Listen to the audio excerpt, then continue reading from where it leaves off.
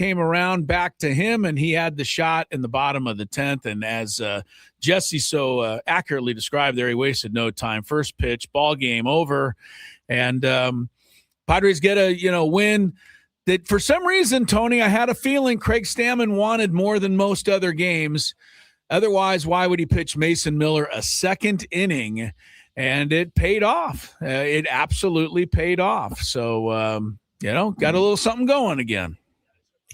I think the play that you have highlighted over the first 2 days of this week led to his decision to use Mason 2 innings. And what I mean by that is Mason hasn't thrown the baseball because he hasn't had the opportunities to throw. So he had the length to be able to use them for 2 innings.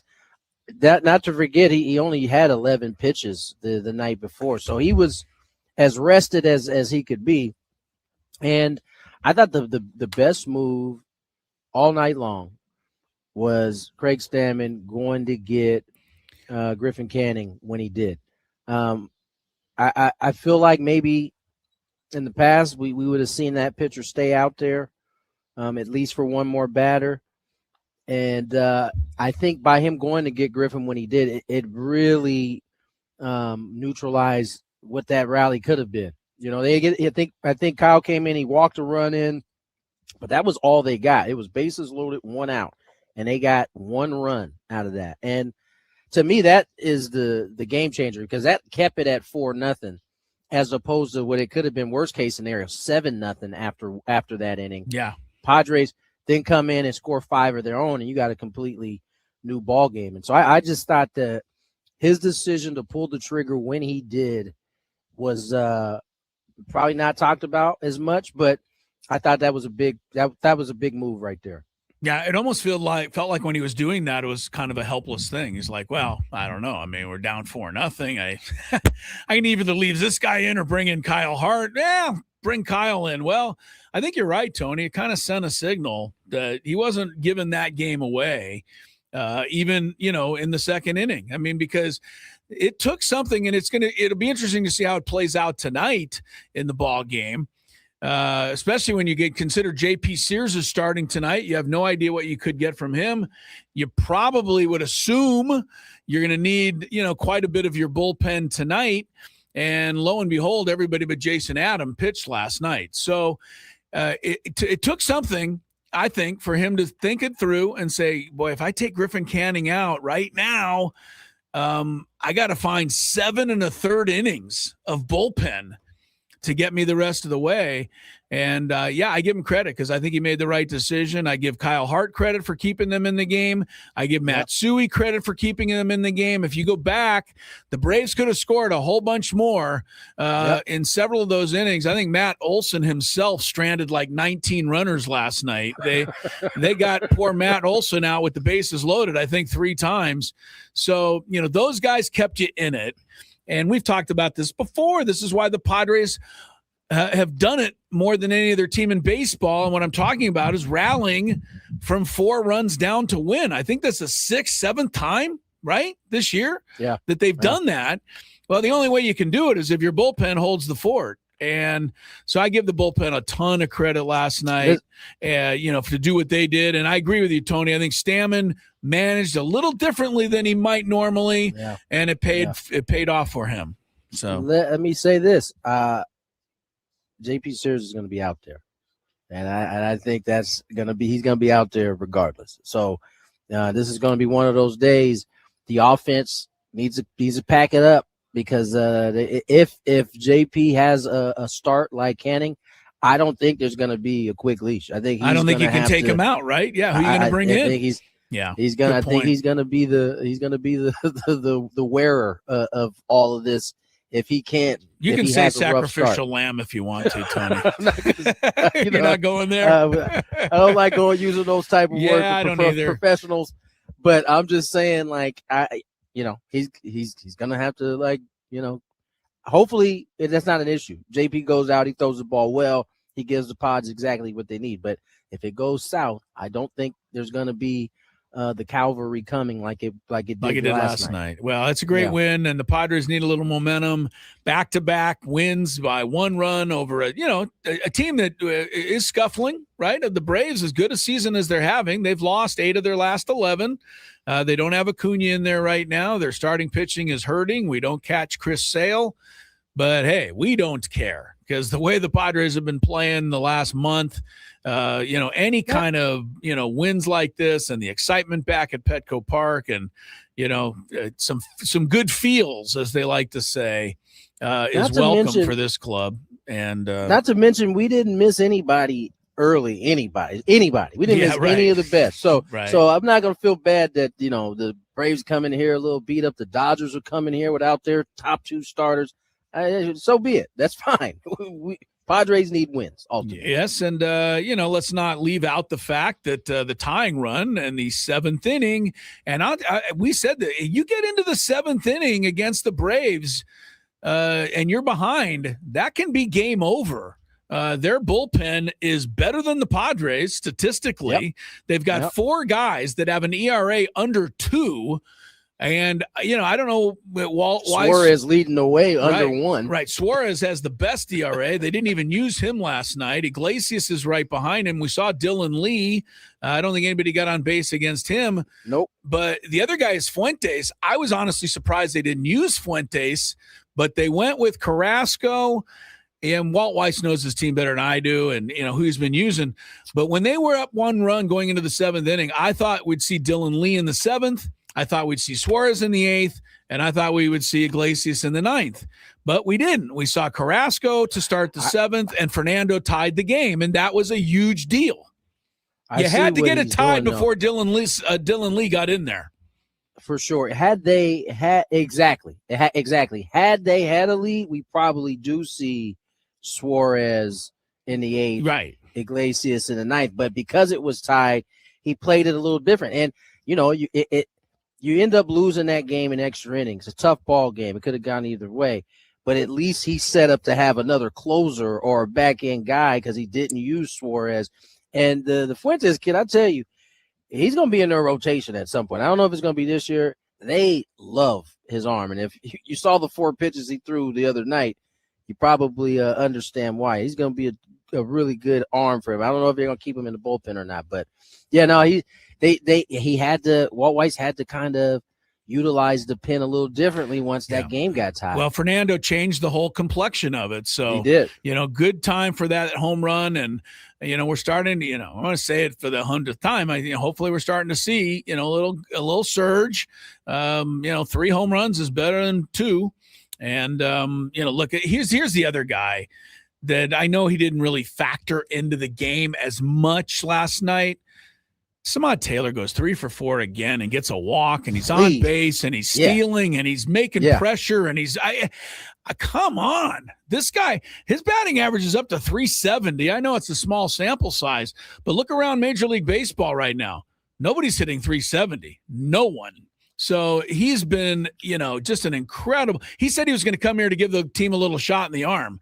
You kidding me? He's given I love way more than that. I love everything Samad is doing. I mean, any of the I don't know how you call it, the garbage. He's like the garbage man in hoops, right? Like he's doing all the dirty stuff that's not pretty, that's not fun. Taking strikes, so try to let guys move, try to let guys steal. You drop him, bunt. He's a bunt threat every time he comes to the plate. They got to honor it. He sucks the infield in and it hits a little dribbler by him or hits a bullet up the middle. I mean, he's played terrific defense. He's been exactly what the Padres need. And the thing that makes him a good piece is Stamp can use him anywhere. 8, 9, 2. And by the way, our esteemed boss pointed out, he sent us some texts that Suarez was unavailable last night. He's dealing with some right forearm soreness. So he had to go the route that he did. So he probably would have gone that way. Yeah, for so sure. that changes it. And so I understand he's gonna play catch today. He's gonna play catch, or excuse me, he's unavailable tonight. Suarez. He's done it once before. He's gonna play catch tomorrow to get a feel. Well, he's probably done for this series. Then. Well, that's another bonus we'll be happy to take. I really right? no, sure. I really wanted him to face Suarez so he could pay us Padres fans back a little bit and blow a game for the Braves instead of the Padres. Well, they blow a game. When does he blow? He's like at a 0.22 No, I'm not talking about ERA. this year. I'm talking about all the times he did with the Padres. All and the times heartbreak. I remember in Arizona. I remember that one. Can I just say one thing before I come over there and Arizona, whack you? There was another one. Before I come over and whack you, Chris. You are the most thankless fan I've ever seen. What do you mean? Suarez saved like 130 games, and you're upset that he blew 3. Well, how many did he not save? Right. What do we do with this? By the way, Carlos Carrasco. What do we do with this guy? Thanks to the chat, they told me Carlos Carrasco has been DFA'd, so the Padres chased him from they the chased team. him from the league. All right. Well, that's the Braves' mood. They have to worry about that. The Padres have to worry about an old friend, Martin Perez, who's actually pitched well for Atlanta. I wanted to finish up one thing on Samad Taylor because you mentioned it, Tony, and I didn't want it to sneak by everybody. He went 3 for 4 last night. The only out he made, he struck out. And I want to go back to that at bat, and I think you'll agree with me, Tony, but he came up with 2 outs and Fernando on first.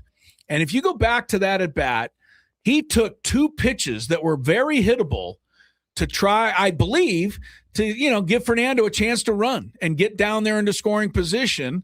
For whatever reason, Fernando didn't get the jump he wanted. Whatever happened, he didn't run. And now Taylor was in the 2-strike hole. And then by the time Fernando ran, Taylor struck out, and that was the end of it.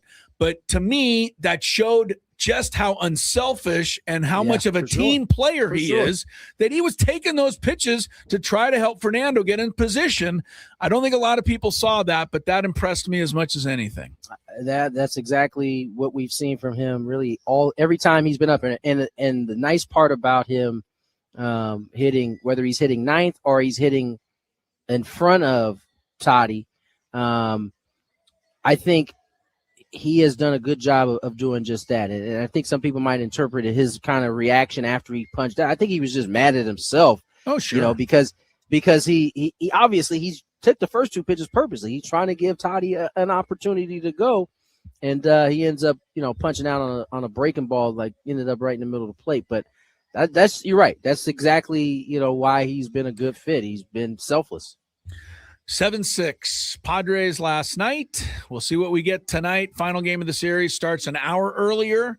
For those of you heading down there, make sure you're aware of that. 5:40 start tonight. That means we're on till 4:40, and we will get rolling into that direction with I think we got a couple of interesting things to talk about with, especially Devers last night, crying a violin and an apology for his terrible behavior. That was misunderstanding, Chris. Of course it was. And we'll discuss that. Also, the World Cup. Looks like the USA, at least the experts, know who our opponent is going to be in the knockout stage. We'll talk about all that and more on Gwynn and Chris.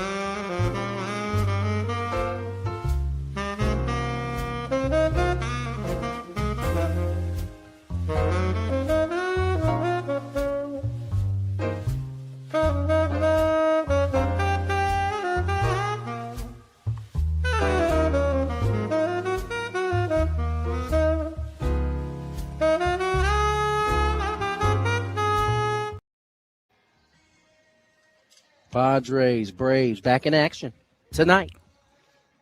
A little earlier affair for whatever reason. We're playing at 5:40 today. Not the usual Wednesday time. I thought you wanted to get home early tonight, and you changed the schedule. Don't you have Chris, that kind of pull anymore? If I had that kind of pull, bro, we would we have a lot of different things happening right now. A lot of different things happening. So the Padres get the win. Try to get the sweep here today. Couple different things.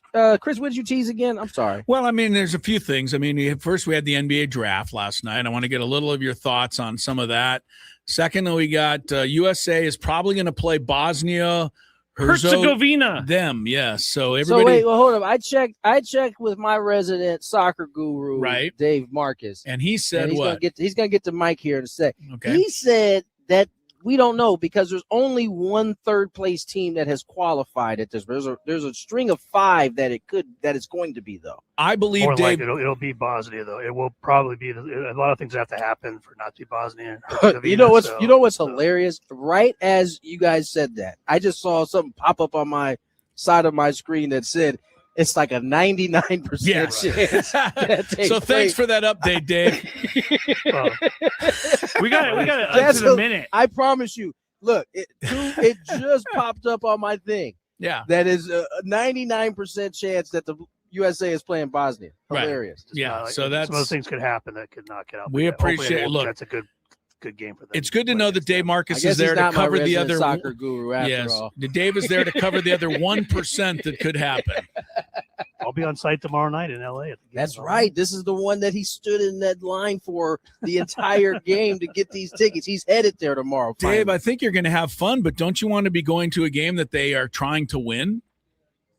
Well, originally that was the Chris, don't do this. He was complaining about this very thing. I knew he would. Jesse and I the other day. I knew it. That, yeah, of course. They're going to be playing all their guys. It's like, bro, you're going to a World Cup game. I know.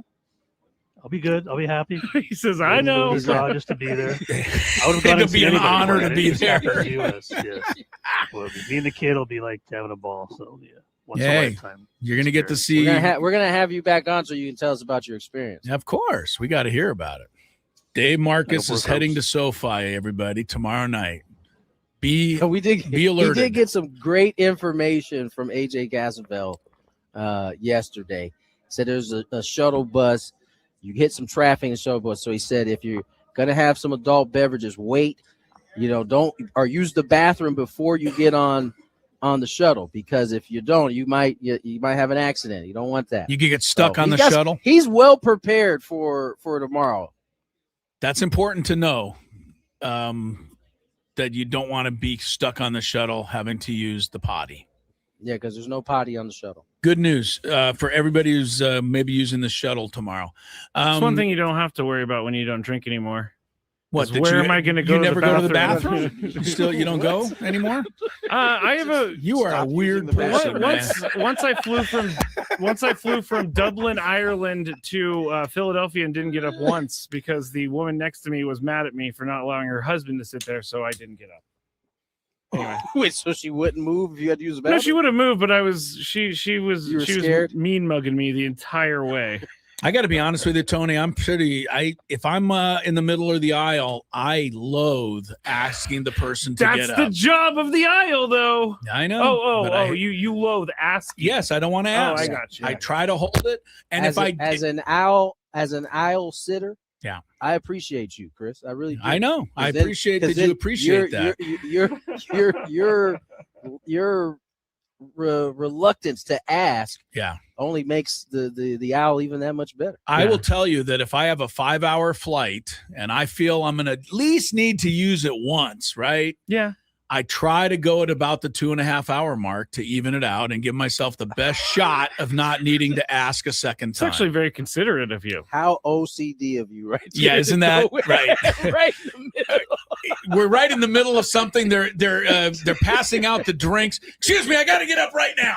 I will never understand. Sure, what are you that. doing? 2.5 Well, hours. it's a 2.5 hour mark. I got to get out of here. Well, it's like no, I'm talking about the people that get up and like make the flight attendants move their car all the way back into the kitchen Well, so hey, they if can go to the if bathroom. it's the 2.5 lot of- hour mark, hey, you got to do Let me it. tell you, there is a lot of people that have zero plane etiquette Exactly. at all. Yeah. at for all. sure. And you know what?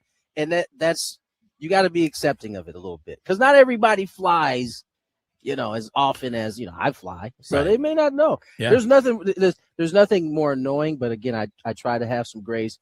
Then going through TSA with at least 6 people in front of you that don't fly. Yes, very and don't know what they're doing. often. You Have almost no want to idea. go get their bag and push it through for them.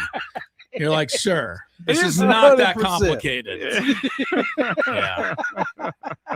They're like, what? I have to take off my shoes? Yeah. No, I don't know yeah. if you have to do. Do you still? Have to take I don't off think your you have to shoes? do that No. anymore. You don't have to take off your shoes. I'm a anymore. TSA'er, Thank so I don't have to do that anyway. But, Oh. but the people that get in and drop their bag and they got water in it, and oh, or they got goodness. Yeah, it'll slow that things up just for a hold while. up the whole Yeah. scan machine. Yeah, that Yeah, one. you're not going That's anywhere. All right, so here was the thing last night. There was a play in the Cubs Mets game. And I think a lot of people either if you saw it, you still may not understand what happened. And if you didn't see it, you're going to maybe want to hear about it because I don't think any of us have ever seen this before. And I read a lot of people last night who were saying, how is this possible?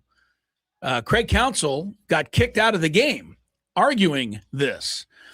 But what happened, I'll try to recount it for you, is PCA, my favorite player, was on first base for the Cubs. He, by the way, hit a 3-run homer last night. And PCA is going to be player of the year right now. He cannot get out. He's Definitely on gonna be player of the month. at least player of the month. He At is. least player of the month. Oh my goodness, is he hot? It seems like he hits a home run or a 3-run homer every night. So he hit one. He's on first base. It's a 3-2 count with 2 outs in the inning, and he takes off. Takes off. It's ball 4. So he and everybody else assumes, since the batter walked, that he is now entitled to be at second base. What happened was he slid in, and the throw actually was made by the catcher because he didn't hear that it was a walk, wanted to follow through on the play. And PCA touched second base. And then as soon as he heard that it was a walk, he kind of relaxed a little and took his foot off the base. And Bichette, the shortstop, kept the tag on him. And everybody's like, well, who cares? But I credit, Carlos Mendoza? The Mets manager. Yes. He apparently knew the rule because he came charging out of the dugout and said, he's out. And the umpires then came together and said, you're right. He is out. And the way it was explained to me, Tony, and if any of you heard anything different, you are entitled to second base because of the walk. But once you get there, you're now on second base. And if you come off, you are fair game at that point. I think this falls in the category of where instant replay gets a guy still in the base and like somewhere in between the tag and him sliding in, he like loses contact, right? For a millisecond, right? Yeah, exactly. I think this falls into that category. I get the rule. I understand it, right? It'd be no different as if you were stealing. Let's say he didn't slide and he's looking and he realizes they walked and he gets to, he walks the rest of the way to second base and then rounds it, takes his foot off and gets tagged. That's virtually what they're saying happened with the head first slide. Even though that really didn't happen, right? Right. Yeah. And I think kudos to Carlos Mendoza for challenging it, but it's not the spirit of the rule, right? It's a walk. Exactly. He's easing up because it's a walk. He just happens to be in dive mode. It's not as easy as easing up when you're walking into the base as it is diving. And he lost a brief millisecond. Right. He His lost foot came off. contact. He did, yeah. But the And rule, I it- guess, states as soon as you touch the bag, you're now on second. That's all you are given from the walk. In the replay, they And so- show him being tagged before he gets to the Okay, base. so this is why I say that. This is why I say this about Drew, because at that point he has not touched the base yet, yes, correct. right? And so you see it. His oven mitt gets tagged. His hasn't touched the base yet. Then his right hand touches the bag, or whichever hand the other hand Yeah. is touches the bag. Meanwhile, to Bichette's credit, he keeps the tag on the whole time. So as his right handed comes off the bag, there is nothing on the bag, and the tag is still on the leg. Yep. And then eventually, within milliseconds, he's back engaged with the bag, and now and this is it's a lesson for base runners. If you are going to steal on a 3-2 pitch, you at this point can no longer steal with. You have to look back. You have to look back in now before you start to dive. Yeah, and Or- if you go to touch second base, you better stay on that base no matter exactly. what. And you better go feet first. Whatever it is, you got to stand on the bag, because I guarantee you, all the teams now are going to instruct their catchers to throw down on 3-2. Right. Keep your tag on. We might be able to get an out. Might be able to get an out of this. I've got to be honest with you. Baseball needs to just change the rule. It's a stupid rule. Yeah, it's a stupid rule. Like ball's dead as soon as the walk happens. It's dead. To me, it should be dead. It's ball 4, PCA. You're on second. Play You did a cool continues. slide and nothing really mattered there. It You're didn't still on matter. second. You're safe. But Right. I will give PCA a tiny bit of credit. Knowing his temper, I thought he might just strangle the umpire once he was told he was out. He argued it, but He Craig Counsell argued, but did the he other. kind of got shooed away. Yes. But I thought, oh no, Craig this is gonna be Counsell another just dropped- PCA moment here. But Craig Counsell just dropped 2 FUs to my did. man on He his did. way out.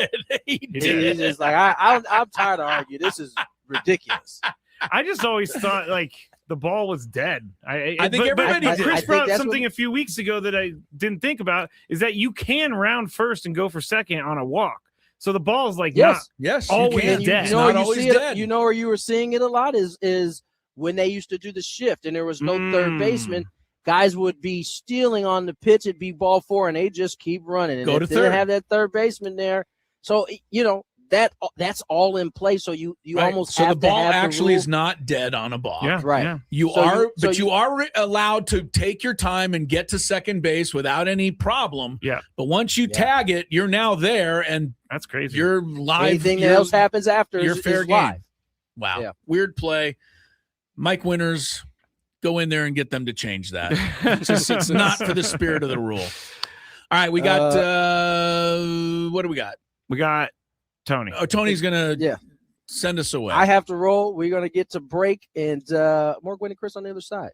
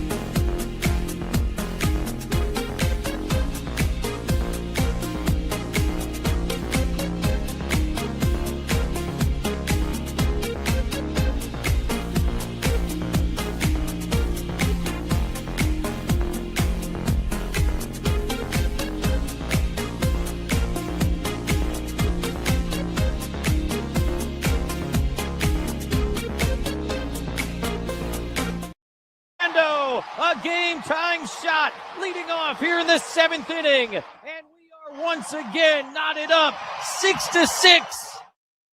What a ball game last night. Fernando was right in the middle of it with that tying home run in the 7th inning. He owes a little debt of thanks to Adrian Morejon for escaping the jam that Fernando created by dropping a fly ball in the 8th inning. Yeah, that was strange. Right? Yeah, that's how you pick your teammate up right there, right? Morejon got those last 2 outs, kept that run from scoring. Padres eventually win it on the Manny walk-off. And that is becoming habitual now, all of a sudden, for a guy having the worst year of his career by a mile, not even an argument. All of a sudden, Manny Machado is like wearing Superman's cape every night. Mm-hmm. So, 3 out of 4 games, he's had the winning blow. He looked pretty excited last night, I got to say. Absolutely. Sure, these guys, you know what? They don't care, though. No, they don't care. Yeah, they don't care. They hate it. They care less. Take it or leave it. They only care when they, do something that makes Take them it look good. or leave it. All right, so all's good after the win, 7-6, but really all is far from good. It really is. I mean, I hate to go here, but you can't look at the game last night and just gloss over what happened with Griffin Canning. You just can't. I mean, tonight you're basically going out there on a wing and a prayer with J.P. Sears, a guy that you acquired from Oakland last year. Remember, he came in the Mason Miller trade. Mm-hmm. All right, and I've looked at J.P. Sears and his career. He's a left-hander for the A's. The guy he's not great. He's got a 4.5 career ERA. All right. He's got a career 1.3 whip, which is mediocre at best. It's certainly not outstanding. He went 5-14 for the A's. That was a terrible team. He went 11-13. He went 9-11. So you get the idea, right? He's a guy. He's a 5th starter at best. But even as a 5th starter, he would have to be considered pretty much a failure in his short stint with the Padres last year, right? The ERA was about 6. Yeah. The whip was 1.6. He didn't pitch well. The theory was that because Petco Park is such a terrible yes, he's a fly ball pitcher. It's a pitcher's park. Well, he's a fly ball pitcher, so you're hoping in Petco Park the fly balls will stay in the park. Wasn't happening for J.P. Sears. He gave up 7 home runs in 24 innings last year. And then in the minors this year, he's, and you're right. You said it yesterday. Stats in the Pacific Coast League are a little crazy, but it's hard not to notice a 1.8 whip and a 7 ERA. So that's what he's coming into the game with tonight. So you're hopeful. If you get 5 innings and you give up 2 or 3 runs, you're going to say, hey, I'll take it. And then hopefully you got some bullpen left over from last night because you used everybody last night except for Jason Adam. And I don't think Jason Adam's going to go 4 innings to finish the game tonight. Don't think so you're going to have to find a way. But that isn't even the biggest concern. It's not even close. You also just put Giolito on the injured list. That's not the biggest concern all of a sudden. You've got Musgrove. You've got Pivetta. That isn't even the biggest concern. The biggest concern is the fact that Griffin Canning is a guy that you're counting on to be a guy here to get you where you want to go. And Griffin Canning is what am I going to say? But he was on the show. He seemed like a terrific guy. I hope nobody thinks it's anything personal. It's certainly not. But he's a disaster at the moment. How can I say anything else, right? I'm not trying to, he's 1-5. He's got an ERA of 7.38. He's got a whip of 1.7. He walks everybody. Yeah. Last night, he got 2 singles and a hit batter before he ever even, got started. And you use the opener, right? Peralta did his thing. Yeah. And then Canning comes in and can't even get out of the 2nd inning. And it was, we discussed it. Craig Stammen gets a tip of the cap for having the guts, not guts, but having to risk, I believe, going out there and taking him out at that point. Remember, you now need to finish 7 1/3 more innings. When Griffin Canning pitches that badly, it messes up everything. And you did win last night, but are you going to be able to win tonight with the bullpen left over from Griffin Canning's mess? That is even the bigger issue than him not being able to pitch and get anybody out. The bigger issue right now is that when Griffin Canning pitches, how badly is it going to mess you up for the next 2 or 3 games? And I mean, the Milwaukee game, remember he didn't get out of the first inning in that game, and it threw everything off. I know. So I don't know what they're going to do with Griffin Canning. They're going to have to figure it out, get him right. And you're going to say, well, let's just DFA him. It didn't work. Okay, well, DFA him. You got any better ideas? Yeah, they're not going to do that. That's right. They're not going to do that. That's because what I'm saying. What if they do need someone to pitch later on in the year because of injury? You'd rather have Griffin Canning than Joe Schmo. Well, if you DFA him right now, who's going to start? You're going to bring up what, Miguel Mendez? I have no idea what they're going to do, but I don't know that they can afford to start him again for the time being. He's had 10 starts. He's putting the team behind in every single one of his outings, and the team is running uphill when he pitches. And I hate to say it, but you're right. It's a disaster right now. And I don't see how you could start him again until he kind of gets some things in order. There unfortunately is no other way to describe, what Griffin Canning is, doing. And it is affecting this ball club beyond just the games that he pitches. Yeah. And and the example of that's going to come tonight. Unless JP Sears just somehow goes 8 shutties, and you bring Jason Adam in and he gets through the 9th and you win the game. But I only said that because I can't imagine they're going to be able to use Mason Miller tonight, who pitched an inning Monday, 2 innings yesterday.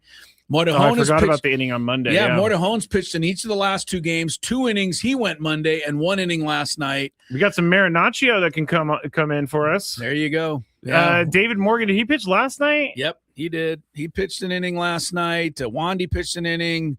Matsui pitched 2. Kyle Hart pitched 2. Yeah.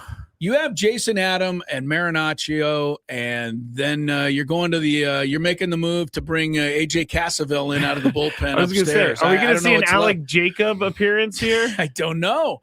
You may have to actually make a move. That's not a bad call. They do this. They might. Well, you'd have to send somebody down if they have the maneuverability to bring up an extra arm for the game tonight. But that again, Jeff Sanders, Adam just sent me a text about this saying Alec Jacob is in the Padres clubhouse. There you have it. See, we're ahead of the game. See, we're understanding this team a little bit. Yeah, but that is so let's just assume Alec Jacob will officially be on the roster tonight. That means somebody has to be sent down to make room for him, or somebody has to be put on the injured list. It's not going to be Marinaccio because he doesn't have any options. So it won't be him. Well, you can't be Marinaccio because he's one of the guys. He's one of the guys available tonight. This is a puzzle piece that they have to put together. It's a puzzle that Griffin Canning is making them solve, and that therein lies the problem.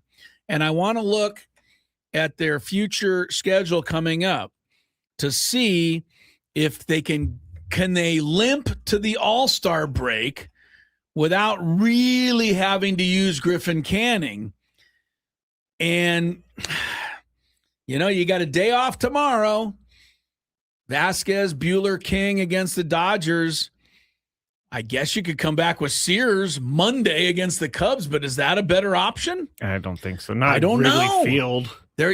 So what are you going to do?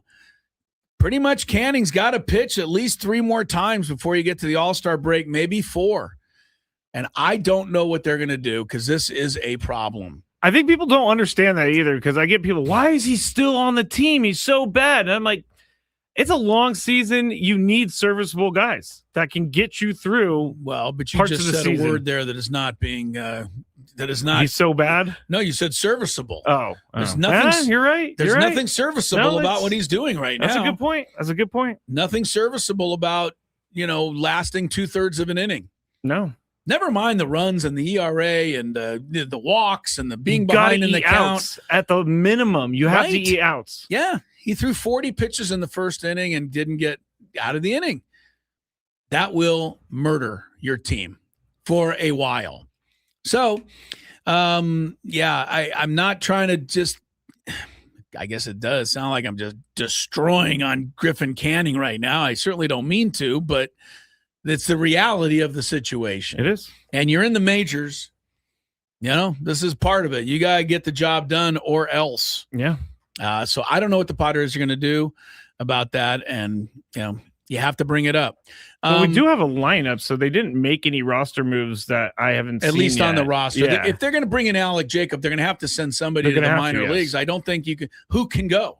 Kyle Hart, David Morgan. I guess one of those two will be sent down today, and then they'll be brought back up. And then they'll have to be brought back up. Yeah, I don't know any other option for them. You want to give us the lineup since you yes, said sir. We have one. We might as well get to it. Leading off for your San Diego Padres, Fernando Tatis Jr. playing second base. Samad Taylor batting second, playing left field. Manny Machado playing third, batting third. Xander Bogaerts cleaning up at shortstop. Jackson Merrill, center field, batting fifth. Miguel Andujar, sixth, DHing. Ty France, seventh spot at first base. Freddie Fermin catching at the eighth spot.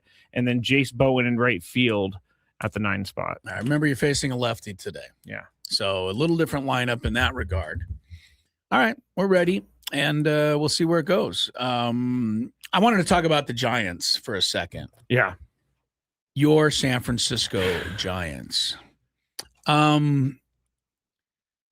Buster Posey is going to blow the whole thing there. I'm feeling like he is. And this is, I don't think people understand how much goodwill and equity Buster Posey built up in Giants fans that it would have, if you were to tell me he would not look good after this whole thing is done, I would have said you're crazy because everybody loves him, but not anymore. Buster Posey had a chance to A, support his manager, and B, set the tone for his entire franchise by saying to Rafael Devers, that's unacceptable.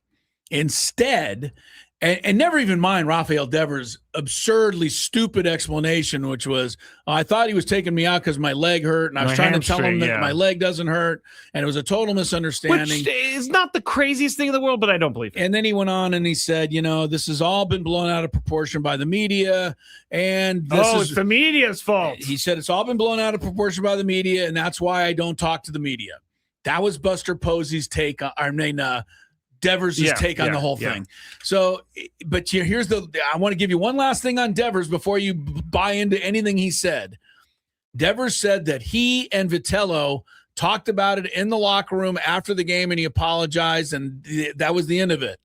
Vitello told reporters that they had that talk on the airplane flying to the next game. So two different stories. Somebody's flat out lying about when that talk was. It's not, the Kennedy conspiracy, but the point being, I don't even know what to believe with the Giants anymore. I don't either. I really don't. And Buster Posey is overseeing this, and Buster Posey's take on the whole thing was, everybody kind of messes up once in a while. That's not true. It's true. Everybody messes up once in a while, but it's a little bit bigger of a deal than that. It's absolutely a bigger deal than that. This whole thing, I'm actually coming out with more respect for Tony Vitello about this because he is steadfast in backing Rafael Devers, saying it's a misunderstanding. Yeah, I got to give him credit for being able to back him up. It's water under the bridge. He's like, can we please move on from this? So I'll give him credit for that. But Buster Posey, you're right. This was his one opportunity to tell everyone in that organization, I am the boss and I'm not afraid to let someone go or punish someone. You are not safe. It isn't even it's just setting the right tone. Yeah. If you take over a franchise, whether it's a football team, basketball team, guy is late to a practice, guy misses a bus, you don't have to make a federal case out of it, but you get the message out. That's not going to be tolerated here. Yes. And then you sit the guy down for a game or whatever you do. Yeah. And then everybody gets the message. It's really funny how that works. And the media talks about it. The embarrassment's there. Everything's there. But when you put him as the cleanup hitter, the game after, you're literally rewarding him for bad behavior. It's hard for us all to handle and understand. So we'll just have to understand it or try to. Not even that.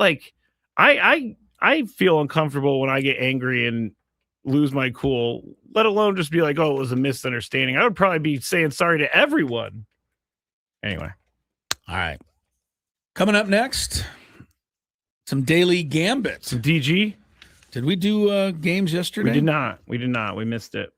Okay. We'll do some today. And we haven't talked about the NBA draft yet, which is probably not bothering anybody out there that we've left it out. Didn't really seem like anything huge happened. Nothing too major happened. What is his name? Peterson, my favorite guy from Utah, proclaimed that he's going to get the job done. So hopefully he will. The guy went to the Bulls, by the way, Caleb Wilson. Yeah. He said, you're looking at the next GOAT. Ooh. Says he's going to be the Big next claim. greatest of all time. Good claim. Big claim. Yikes. Hey, it's Ben and Woods. All right, so here's what happened. I was at the corner, and I'm going to call out the streets because who cares? It was Claremont Mesa Drive and Ruffin Road, which is pretty close to our radio station here. Yeah. I had to run over and pick up a little cash from the bank. That was simple, trip before I came into work. And I'm on Ruffin Road, coming up to Claremont Mesa Boulevard. Ruffin Road can be a little rough sometimes. Well, they could pave that. It wouldn't hurt. Yeah, it wouldn't hurt if they can't call it paved road. I know that. Wait, your issue isn't the potholes in the road? No, that was I'm used to that.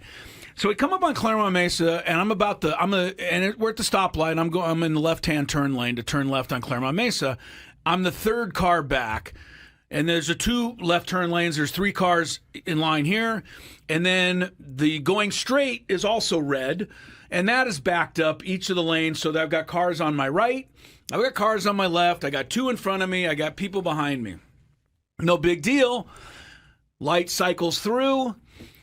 And our turn doesn't come. Oh, no. So the cross traffic gets to go again. And then the people coming across in our direction, they get to go again. And then for a second time, they skip our turn. Well, that's what I thought. So now... Actually, you're not going anywhere. You're stuck. Right, you're stuck. You're not going anywhere. And my first thought, of course, as a good scout or, athlete, is to look around. Is there any way out? Can I back up? Can I, I'll do anything. But there is nowhere for me to go. No. It happens a third time. Whoa. And I'm pretty clear at this point, this light's broken. And I'm starting to think, how are we going to get out of this? Am I going to have to call, the police to come and fix it? No one's going to know it's broken. 911 emergency response. Yeah. Emergency. Ruffin Road in Claremont. The light is stuck. The light is stuck. And so this is 5 minutes probably, but you can imagine 5 minutes. No, that's a long That's a time, long right? time. Well, when it comes to the 4th time, I finally start just leaning on my horn.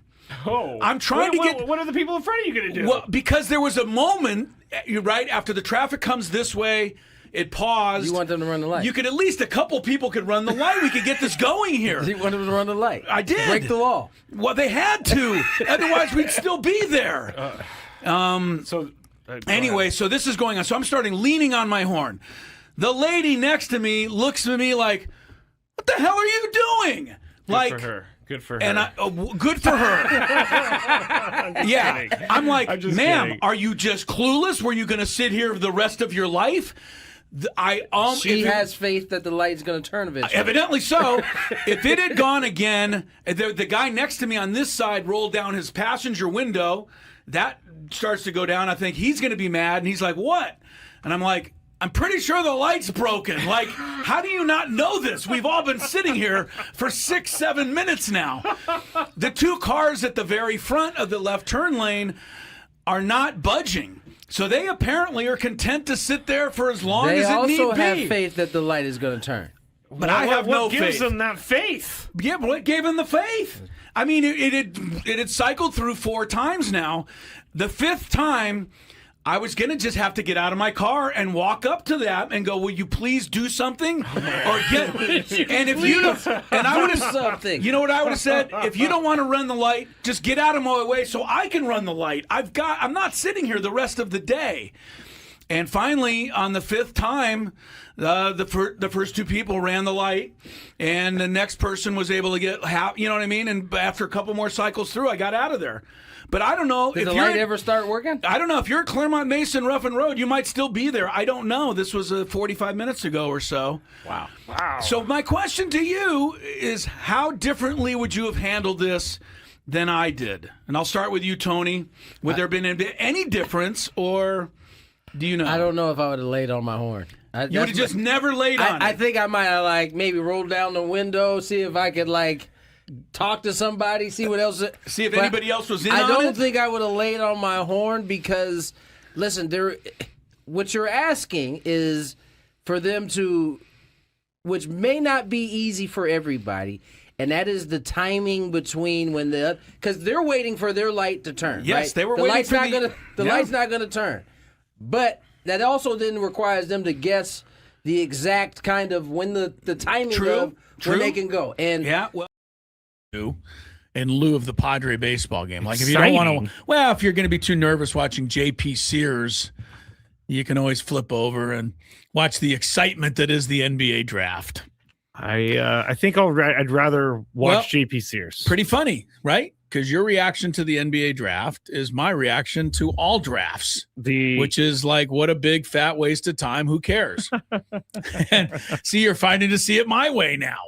I think the problem is because you don't have anything invested in it, right? That's the thing. I think the problem is I don't know many of these college basketball players that are coming through. Well, even the ones you do, and this is my whole thing with the draft. You know some of us know a lot of these guys, right? We saw Peterson with Kansas. Yep. You see Wagler with Illinois, the kid who went to the Clippers. You see him in the Final Four. You know what they're like. You got Cam Boozer. Everybody knows who that is.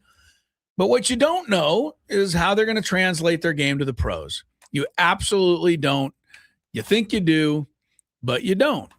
I will tell you flat out as a Bulls fan, and I believe I'm probably one of the biggest Bulls fan out there. When the Bulls drafted Michael Jordan in 1984 with the 3rd pick, Chris was like booing it. Just kidding. Certainly I have not. no idea. I certainly wasn't booing it, but I certainly wasn't going, wow, we're set now. How was he perceived as a college basketball player, Michael Jordan? He was a player of the year, but he didn't score that many points at North Carolina because they had Sam Perkins, they had James Worthy, they had an incredible team, and Dean Smith taught everybody to share the ball. So he didn't have eye-popping numbers.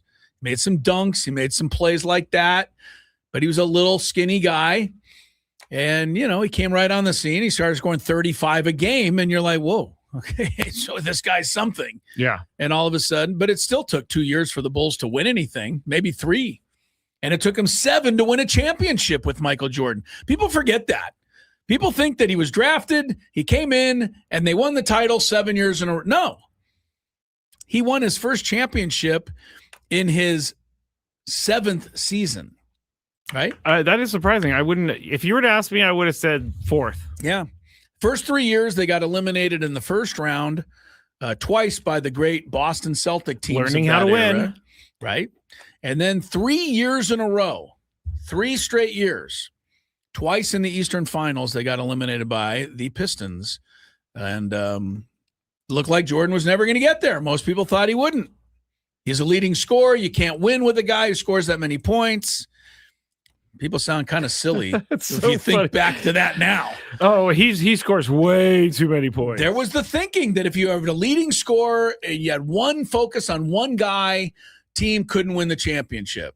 I bet you that was a thing, but it was a thing. They didn't know about Michael Jordan. They did not know that he was at another gear. So you just don't know. And there might be a Michael Jordan in this draft. Some people think Peterson's going to be the guy. I don't. Some people think, it could be somebody else who's down the way, 7th, 8th pick. We don't know. I think it's going to be your guy. I hope it is. Caleb Wilson. Yeah, Caleb Wilson. But that's quite a statement to come out of North Carolina and say, well, you guys had a GOAT there in Chicago before. It's time for another GOAT. I like that he said another. Yeah, but I mean, he's not claiming that he's going to be the GOAT. Okay, but he's putting himself on that he's putting himself out there. Putting himself way out there. Yeah, that's a confident move right there. Confident thing to say. Because now if anyone in Chicago expects him to be Michael Jordan, they're going to probably be how many times people are going to replay very that? Disappointed. If he's not, it's like, whatever happened to this guy? Remember when he called himself the GOAT? Right. I mean, let's be honest. Kobe Bryant came out and people thought this kid's something special. And as great as Kobe is, and I know in a lot of people's minds, and in that era, he was the GOAT of that era, he's not the GOAT. Jordan is the GOAT. And I know LeBron James arguers, go right ahead, take your best shot. This is one of those arguments that I'm now starting to walk away from because there is no answer and you'll never convince anyone. Yeah, you'll never know for sure. Yeah. Right. You can couch it any which way you want to. All right, let's get to some daily gambit stuff. We got World Cup action, and we'll let you in on it here.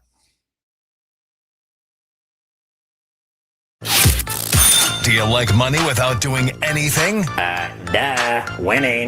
Do you want to make money while watching sports? I think Washington is immortal luck. Washington! Woohoo! If you answered yes, this is your segment. Just don't blame us when you lose. Well, nothing is ever your fault. It's your game. Take it.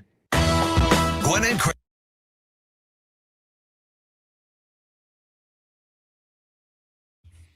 Daily Gambit is our daily sports betting segment here on Gwynn and Chris. Please, everybody, gamble responsibly. It's been a while since we've done the Daily Gambit, so we're just going to go right into some of the bets.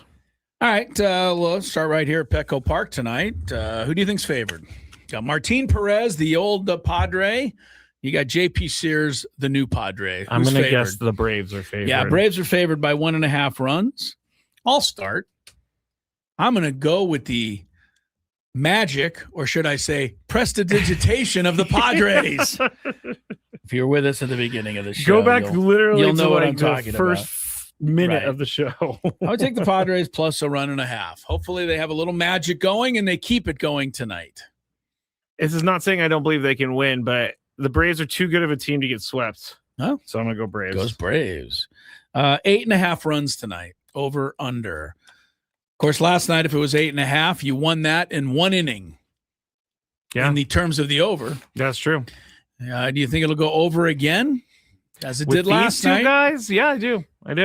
It sure seems like with these two guys, you got to pick over, don't you? Yeah. I got to go over also. Although we're going to have the pitching duel of the century tonight. Could, but unlikely. Even with the Padres involved, it's hard to believe you're going to have a pitcher's duel tonight. Milwaukee 7.5 or 7.5, 1.5 over the Reds in Cincinnati. I brought this one up. I don't know if you saw this. The Brewers beat the Reds in the first 2 games of this series in Cincinnati. And remember, Cincinnati's a hitter's ballpark. Yeah. Both starting pitchers from Milwaukee. I think it was Woodruff in the first game, and last night it was Sproat. Sprout. Yeah, Sprout. The two of them back-to-back, both games. Both guys pitched 6 innings, 1 hit, 10 strikeouts, no walks. Wow. They both had the same stats. Wow. And that had never happened before. Wow, that is in crazy. Milwaukee history. I don't know how many times that's happened in baseball, but back-to-back games with 10 Ks, no walks. Anyway, the Reds lost both games, as you might imagine. I would think so. So tonight, the Brewers go for the sweep, and it'll be a guy named Drohan who's trying to keep the Reds scuffling. I got to be honest with you. The Reds they've lost their mojo. They've fallen Terry far. Francona is my guy, but I don't see it happening for the Reds right now. So I'm going to take Milwaukee for the sweep. How about you? Yeah, they need I think Ellie De La Cruz is coming back He came back yesterday. It didn't do him a lot of good yesterday, but he is back. I just put Bucks in there for some reason. That's not Milwaukee the team. Bucks? Yeah, that's not the team we're talking about. We're talking about the Brewers. I'm going to have to go with the Brewers as well. Go for the sweep. Shohei Ohtani's on the mound tonight. Oh, the Dodgers. Stop great. the world. Yes. Stop the Push world. notification central on my phone right. tonight. I told you to It gave me. I Stop tried. subscribing to that. It gave me a notification that he had a second kid. No other player in baseball gets a notification for his second child, and no other person in the world gets a text from you saying they just sent me a text that Joey had a new kid. So now I have to know he had a new kid too. I don't want it. Oh, I guess it's better than having an old kid. At Yeah, least he had that's a new true. kid. Yeah. 7.5 strikeouts Poor tonight. Decoy the dog's going to be forgotten. Shohei at the Twins tonight. They destroyed the Twins last night. They did. I'm going to have to go over. Over 7.5 Ks. I'm going to go under. I'm going to just say he's been scuffling just a little bit lately. Not much, but a little. Yeah, you're right. All right, here's the showdown. Tonight, Padres Braves. Who has more strikeouts? JP Sears or Martin Perez? I'm going to tell you right now, this is the bet of the day I feel best about. Really? Sears is, for better or worse, a pretty decent strikeout pitcher. Martin Perez doesn't get very many strikeouts. He had one game this year with 10, but the rest of the games he gets like 1 or 2. So I'm going Sears to win the battle. Interesting. Who are you going with? You take Martin? No, I'm going to go Sears. Sears. Hey, see, we're showing a little love for Yes. JP over here. 12 strikeouts tonight. 12? That Wow. might be a lot. Yeah, I hope he gets 12 outs. To be honest with you, I'll take that. Indiana Fever, Caitlin Clark, and the Phoenix Mercury, 8.5 points. Now, Indiana's favored. These two teams played the other night. Yes, I saw this whole thing. And there was a major scuffle. And one girl for Phoenix was pointing her finger in the face of one of the Indiana players, and she pointed back, and they pointed at each other, and then they both got technicals. Then later in the game, Caitlin Clark got called for a foul, turned around, clapped in the face of the official, and then didn't understand why she got a technical. That is a technical foul.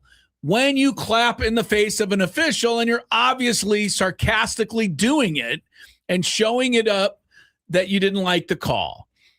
Caitlin, stop overreacting every time the whistle blows. You're wrecking your reputation.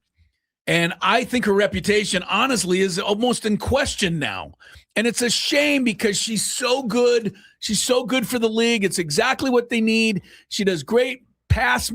Her passing is incredible. She sees the court. She shoots. She scores. She's famous. But every time I watch her play, she's giving it the Luka Doncic thing, except for Luka at least just puts his hands up and walks away. Caitlin Clark loves to get in the face of an official, clap or scream or yell or, whatever, and then walk away and go, what? I didn't do anything. Yeah, you did. So stop doing it. I do think there's a little bit of a double standard because I've been watching a lot of videos of players clapping towards referees, and Paige Becker's got a technical for doing it. Oh, she did? Yeah. Okay. I mean, I didn't see that, but you should get a technical for doing it. You're basically saying, hey, good call, pal, sarcastically. No, I know and what you're she's drawing doing. attention to the fact that you didn't like the call. But when did she do the clapping? I don't know. In the face, because I didn't see the clapping. Anyway. But it may have come at a different point because there was a big stoppage in the game because they were kind of fighting. I could be wrong, but every game that Caitlin Clark is in right now, there seems to be some sort of situation surrounding her presence in the game that has nothing to do with basketball. It certainly does. So that's got to stop. It certainly does seem like there is a lot going on with her. Like if she goes against Angel Reese, like you just know there's going to be a WWE moment. See, I just watched a video of a player who blocked Angel Reese's shot and went up to her and did the raw. Yeah. No technical. You got to make it consistent. That should be a technical. Yeah, I know. You believe that should be a technical. Yeah, it's taunting. It's terrible sportsmanship. Don't be a terrible sportsman. All right, having said that, who do you like? Fever -8.5 or the Mercury? After all of that, yeah. You got to bet. I'm going to go with my girl Caitlin. You're going with Caitlin. The Fever. He says. Fever won the other night. Fever win again. I'll take the Fever. Brazil 1.5 goals over Scotland. This match just got underway. I don't really know all the ramifications of who wins and what you got to do to advance to the next round. I just know Brazil is a lot better than Scotland. That's what I was going to say. And I know that, wherever the match is, they're probably going to run out of beer because the Scottish people drank the entire city of Boston dry the other day. And I'm assuming their fans will do something similar wherever they are tonight. Do you realize how much the Scottish people have traveled the eastern coast of the United States? They went to Miami and went to a Marlins game, and they were all up in the corner drinking beers together. This Scottish group of people that came over here for the World Cup is having the time of their lives. They're not the only ones. Look up some footage of the Orange Wave. I saw that. Yes. And also the Vikings fans doing the rowing everywhere they go is amazing. Yeah, people are those are Norway. Not the Vikings. The Norway team. Yeah, they're going to go play in the Viking Stadium possibly. Those are the Norway guys. I like it. I like. You taking the alcoholics in Scotland, or are you taking Brazil? I'm taking Brazil. And Mexico plays Czech tonight. Although I believe Mexico's already qualified for the next stage. They're favored by a half goal. You got Mexico or a half goal? Yeah, I'll take Mexico. You gonna go Mexico? Yeah, I'll go Mexico. I'm gonna say Czech. Oh man, they might need the match more. I don't know all the ramifications, but I'll take a shot at it. Need it more. Tomorrow night, Dave Marcus will be at the USA Turkey match, and we'll get a report Friday on that. That is really funny. He was funny today. We're talking, if you missed it earlier, we're like, and it looks like for sure that the USA is going to play Bosnia-Herzegovina in the first stage of the knockout. And we're all like, yeah, okay, blah, blah, blah. And then Tony goes, wait a minute, Dave's got something. So Dave comes in, that's not assured yet. And I'm like, oh, all right, well. It's just 99.9%. And then Tony goes, well, it says right here. And Dave goes, well, yeah, it is 99% sure that they're going to play them. And so we're like, Dave, thanks for the 1% heads up here. Yeah. Guys, it's actually 99%. 99% that the USA will face Bosnia. Say it again. Herzegovina. I got to work on that before the match. That's actually really easy word. Yeah, it really shouldn't for be me that to difficult. say, at least. Yeah, if it was Bosnia prestidigitation, I'd have it down pat. Yes, you would. Still can't believe that's a word. Gwynn and Chris continues.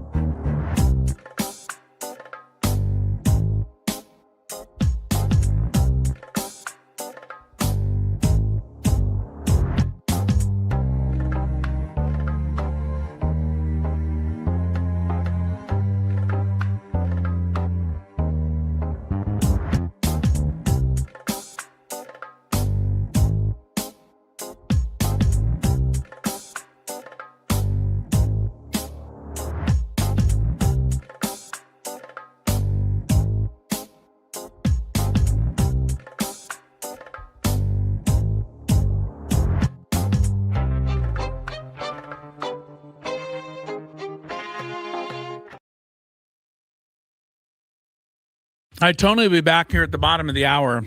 A rollicking Big Five. I already looked at some of Scraby's questions. Even for him, they're ridiculous. So Wait, what? Wait, yeah, huh? yeah. Stay tuned for the Big Five. You're not going to want to miss it. I have a feeling. I need to go look. I think I got some great questions. Mm-hmm. Yeah. Well, you go ahead and keep thinking that. I actually, there's one that I'm really excited to ask you guys. All right. Well, we'll get to all of it coming up here in about 5 minutes. A couple of quick things. Scraby, you haven't commented. I was walking around the office today, saw this hat lying around. I'm repping the Gulls today. I mean, I saw it, and you're was like, where'd that come from? No, right? I mean, I've never worn this. No, you've never worn it, and I No. noticed that. But you have hats, so I just thought maybe you picked it up along the way. Yeah, no, I'm repping the Gulls today. My hockey guys out there. It's a strange thing for me that I really have no connection with the Gulls at all anymore. And I don't know the coach. I don't know the team. I don't know the players. I don't know the PR people. I don't know anybody who works there. But I was the play-by-play voice of the team for, 10, 11 years. I got 5 Taylor Cup championship rings. Wow.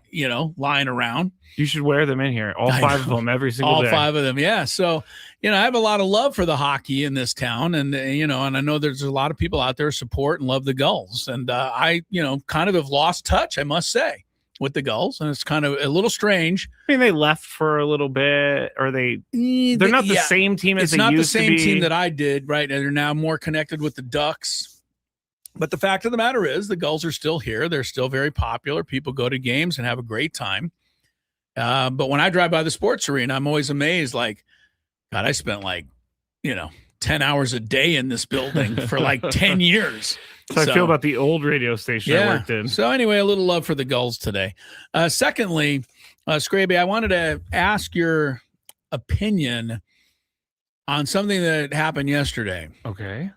In my golf day. Oh. And you're my guy with the golf. Yes, I like these are some of my favorite conversations. Well, I think you're, very good at knowing and having experienced a lot of this. And I think I'm speaking for a lot of people here who play golf. Yeah. But I think I touched on with you off the air yesterday. But we just got behind a really slow group yesterday. Bummer. It just was. It's okay. bummer. And I understand that it can happen. Yes. You can't get lucky every time, right? You're going to get out there sometimes and you're going to be like, or some days, I think honestly, the courses maybe even try to jam too many people in. That's exactly what happens. So that'll happen sometimes. And the people in front of you are going slow, but the people in front of them are going slow. It's just a backup of groups. Right. So you can't always blame it on the people in front of you. Correct. But in this case, it was pretty clear. They just were taking way too much time. We were finishing up putting on our hole, and you kind of look over at the next tee box. Please don't tell me they're still on the tee box. Right, they're still there. Oh. You're like, what are you doing? How have you not teed off yet? Was the fairway clear? I don't know from where I was, but I'm just saying. I'm assuming it was. They're kind of lollygagging. Yes, I know exactly what kind of group you're talking about. You know what I mean? Like the guy parks the cart over here and then walks 9 miles over there. And Drives you're me like, insane. what are you doing? Yes. Drive the over there. So yeah. It was one of those days. They get on the green, and this now upsets me, which it never did before, but they're pulling the flag out. You don't pull the flag out anymore. You really don't, but you can. You can. But the guy's bending down to look at the putt like he's Lee Trevino. What are you like Camilo Villegas, the Spider-Man? Thank you. All right, so this is all happening. And honestly, it wrecked my time. And that's my fault for kind of allowing it to wreck my time. I get that. But I only played 9 holes and I went home. The rest of my guys finished up. They had a little more time to their day. I did not. So I didn't play the back 9. And I didn't miss it because I was tired of waiting on every shot. Yeah, that's tough. I really was. How long did it take you to play 9? 2.5 hours. Okay, so 5-hour round. So it would have been a 5-hour round. That's long. Unacceptable. That's long. Unacceptable. That's long. All right, so here's my question, though, because I'm asking this for every person out there who wants to be a decent person. What is the best thing to do? And I know people are going to say, well, you hit the ball into them and you yell and you scream. I mean, okay, You don't. You can start a fight if you want to. Exactly. But that's probably not what I'm going for here. Yeah.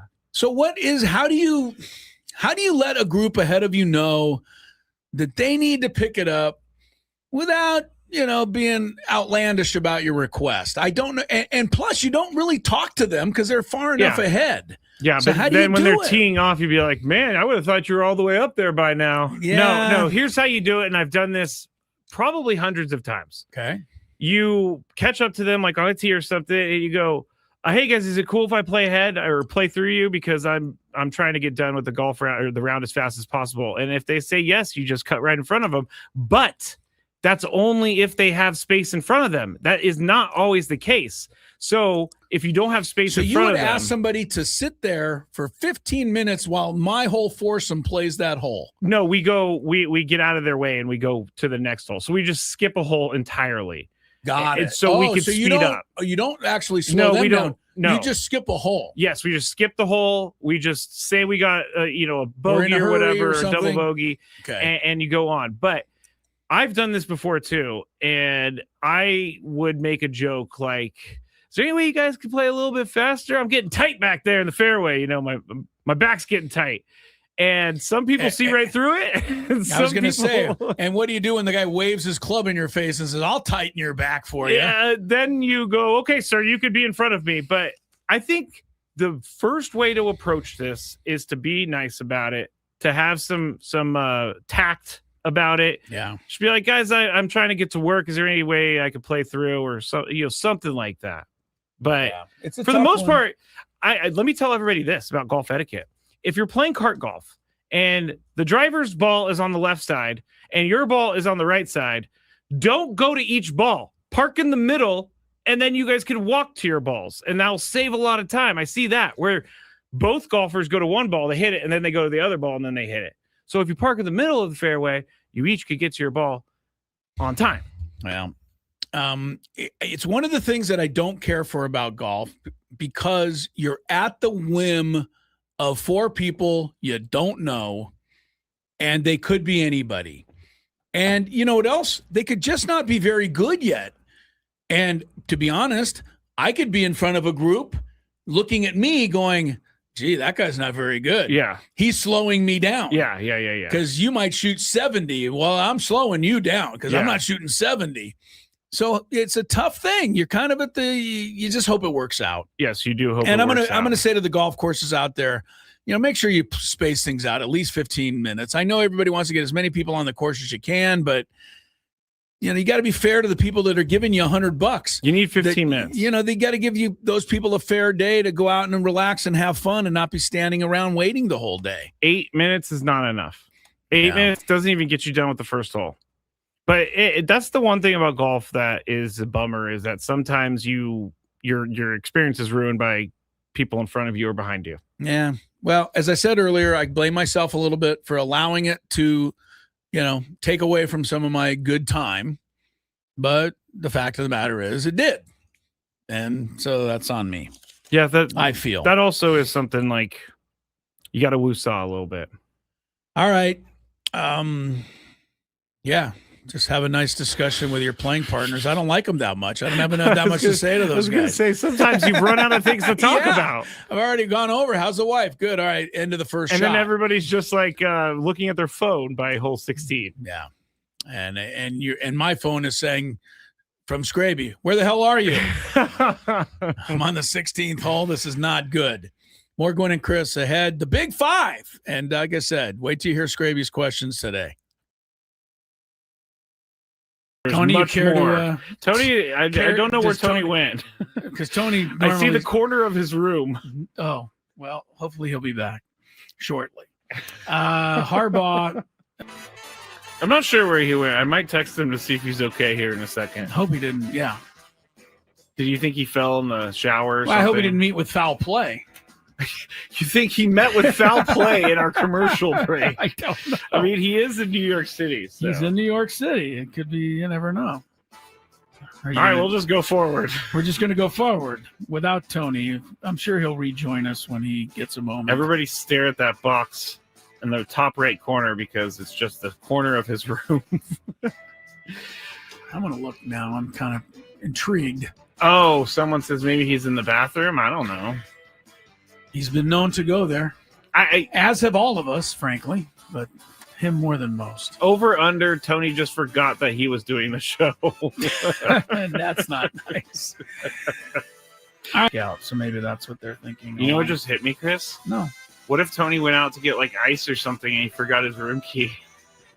That is something that he is more than capable of doing. Because he would never be gone this late, this long, with knowing that he was on the show. No kidding, man. We took a commercial break like 5 minutes ago, and he has not returned. I'm going to text him. Like, are you out in the hall trying to get into your room right now? Everything okay? Oh, no. Question mark. Scaring me. No. Did you hear back from Tony yet? No, I'm thinking something. I'm thinking he locked himself out. He doesn't have his phone because it's in the room, so he's down at the front desk or something. I don't know. I'm sure there's a story in here somewhere. There's definitely got to be a air. story. Anyway. I was very concerned about Tony, and I took him off the screen because he's not back. I guarantee you he got locked out of his room. I don't think you're wrong, because that makes sense. But how far away is the lobby? Of course, the New York hotel, it could be one of those ones where you got to wait a while to get up to the... And he's just sitting in line. I don't know why I find this so funny, but it is. Well, it's funny if he comes back with a funny story. Yeah, like it's I locked myself funny. out. It's not funny if he fell and hit his head somewhere and we don't know where he is. That's not funny. Of course, that's not funny. He's obviously not with his phone because he hasn't gotten back to us. Has Tony locked himself out before? Not during the show, but I'm sure he has at one point in his life. Of all people, Tony would certainly seem to be one who would do it. Oh, August also says, Clinton said, got to use the key card for the elevator too. So maybe he's just stuck. Can't even get down? No, you don't need the key card to go down. Okay. You only need those to go up. You should be able to get down to the lobby to say, hey, I locked myself out. In New York City. But if we do, can you go to the Padre Hotel and knock on Tony's door? We don't know where he is still. No. Still hasn't come back. And I turned on It's been 20 minutes now. I know. Now I'm starting to get a little worried. Yeah. Where'd he go? What happened? I don't know. I would call the front desk of the hotel, but I have no idea where they're staying. I don't know where they're staying either. And when you sent him a text and said, is everything all right? We have not heard back from him. He is still not back in his room. I bet you he is standing in line in the lobby as we speak. Trying to get his key back. Someone said text Jesse or Dave. And it's really not a bad idea. Maybe at the next break, though. Yes. If we get to the next break, we got to text those guys so that they can go make sure he's okay. Because I don't know where he is. It's crazy. Dave Marcus is probably the one to text. We'll text Dave. Because he's, Jesse could be doing anything, but Dave's always there, ready to go. You're trying to say Dave has a ho-hum life and he'd just be sitting around waiting for a text, whereas Jesse might be busy? Is that what you're... Dave's been doing this job for like 30 years. I don't think the what is the word I'm looking for? Never mind. All right. Well, there's certainly an explanation, but we don't have it yet. Text Scan. I don't know Scan well enough to text him. We're going to text Dave if this gets to the top of the hour, and we still don't have a Tony Gwynn Jr. sighting. All right, do we just go to traffic like it's normal behavior time? I mean, it just seems weird. We got to move on with the show. Show must go on? Yeah. I don't know. All right, we're going to do the good, the bad, and the really, really weird and ugly next here after traffic. All right, it's with less enthusiasm than usual that we embark on the good, the bad, and the ugly for week 2, Scrape. I'm going to try not to worry too much. I'm going to try not to worry also. I'm not necessarily the worrying type. I'm not either. But, I'm intrigued now at this point. Like it's with this long pass to Devontae Smith. He's back! Helped put him there. Hold on, he's back, everybody! Stop everything. I literally, we went to commercial break. I laid on the bed, and then I just fell asleep. I never even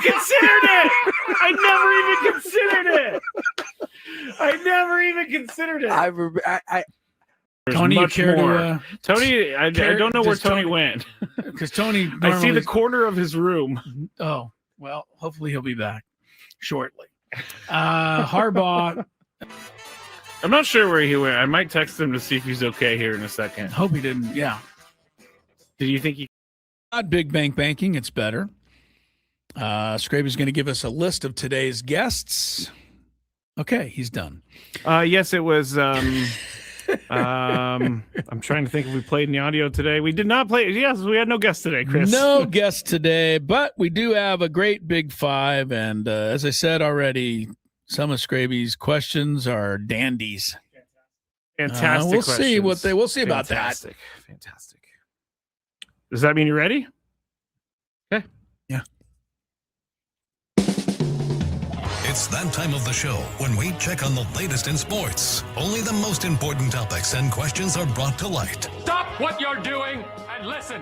These news stories will astound and amaze you. The one, the only. Oh my God, who the hell cares? The Big Five starts now on 97.3 The Fan. And Chris and I are broadcasting live from the Bill House Studios, where we know how. Tony Gwynn Jr. broadcasting live from Petco Park, which has seen some exciting games as of late. So we're going to start with our guy, Manny Machado. And number 5. I know we talked about it a little bit, but I'm going to ask you guys for a declaration right now. Do you think last night was the moment Manny Machado turns his season around, Chris? No. I mean, no. Do I think I'm going to look back in October and say, remember that hit he had against the Braves? That got it going. I mean, look, he had a game-winning home run on Saturday in Texas. He had a game-winning home run on Monday night. He had a game-winning single on Tuesday night. So all three of those things, the hit last night doesn't stand out any more than the other two. They all three. So could we say that it turned around in Texas? I hope so.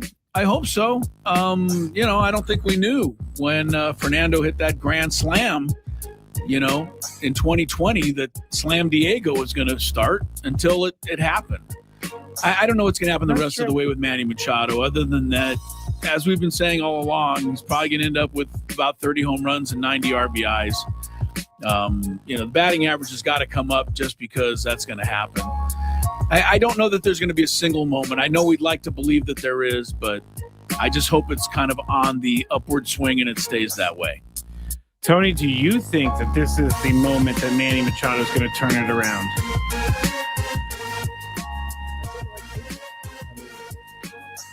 There is there's a little bit of evidence that says this could be a turnaround for him. He swung the bat better from a production standpoint and from the eye test.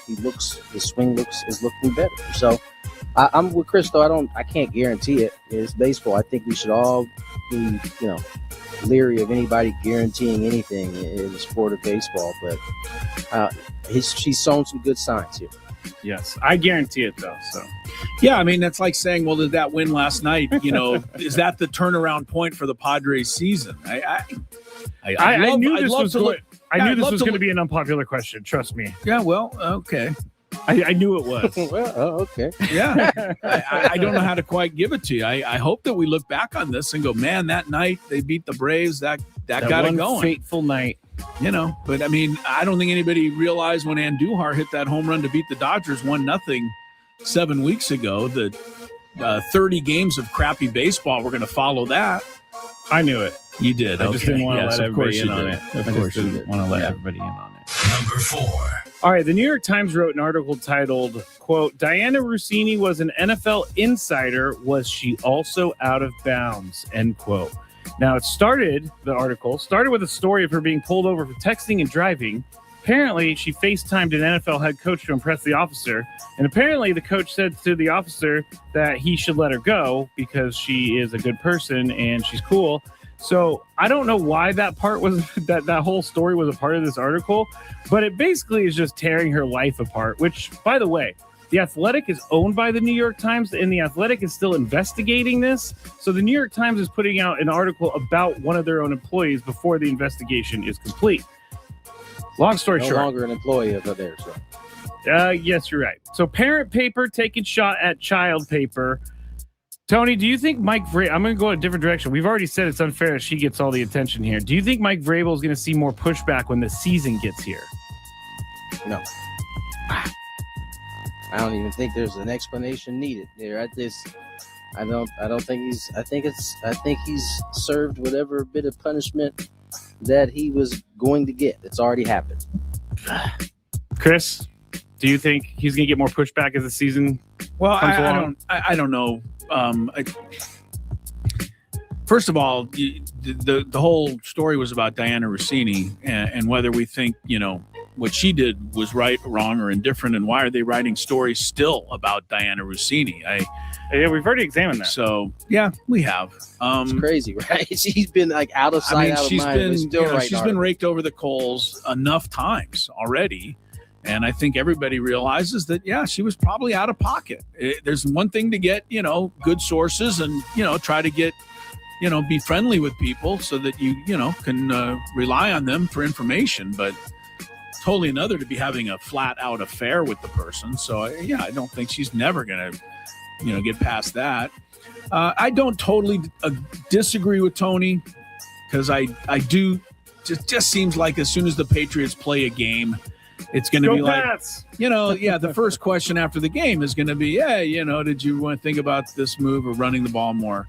But I don't think he's totally in the clear in the sense that the NFL was stupid to put the Patriots in the very first game of the season against the Seahawks. I know it's a Super Bowl rematch, but I truly don't think the entire media is going to look the other way prior to that game. I do think that the whole Mike Vrabel thing is going to be run back one more time, and I'm sure he's going to be asked about it by somebody again.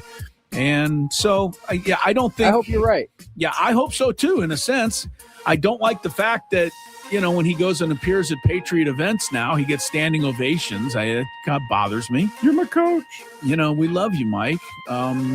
That's kind of one of the things that's wrong with a lot of this stuff. But at the same time, his job, maybe it should be separate from, what other stupid transgressions he's had in his personal life. Well, that means all players' transgressions, right? You can't bring that in. Well, I don't know. I think that it's kind of convoluted, right? I think you got separate issues. Was Diana out of pocket? Did she go across the line? Yeah, right.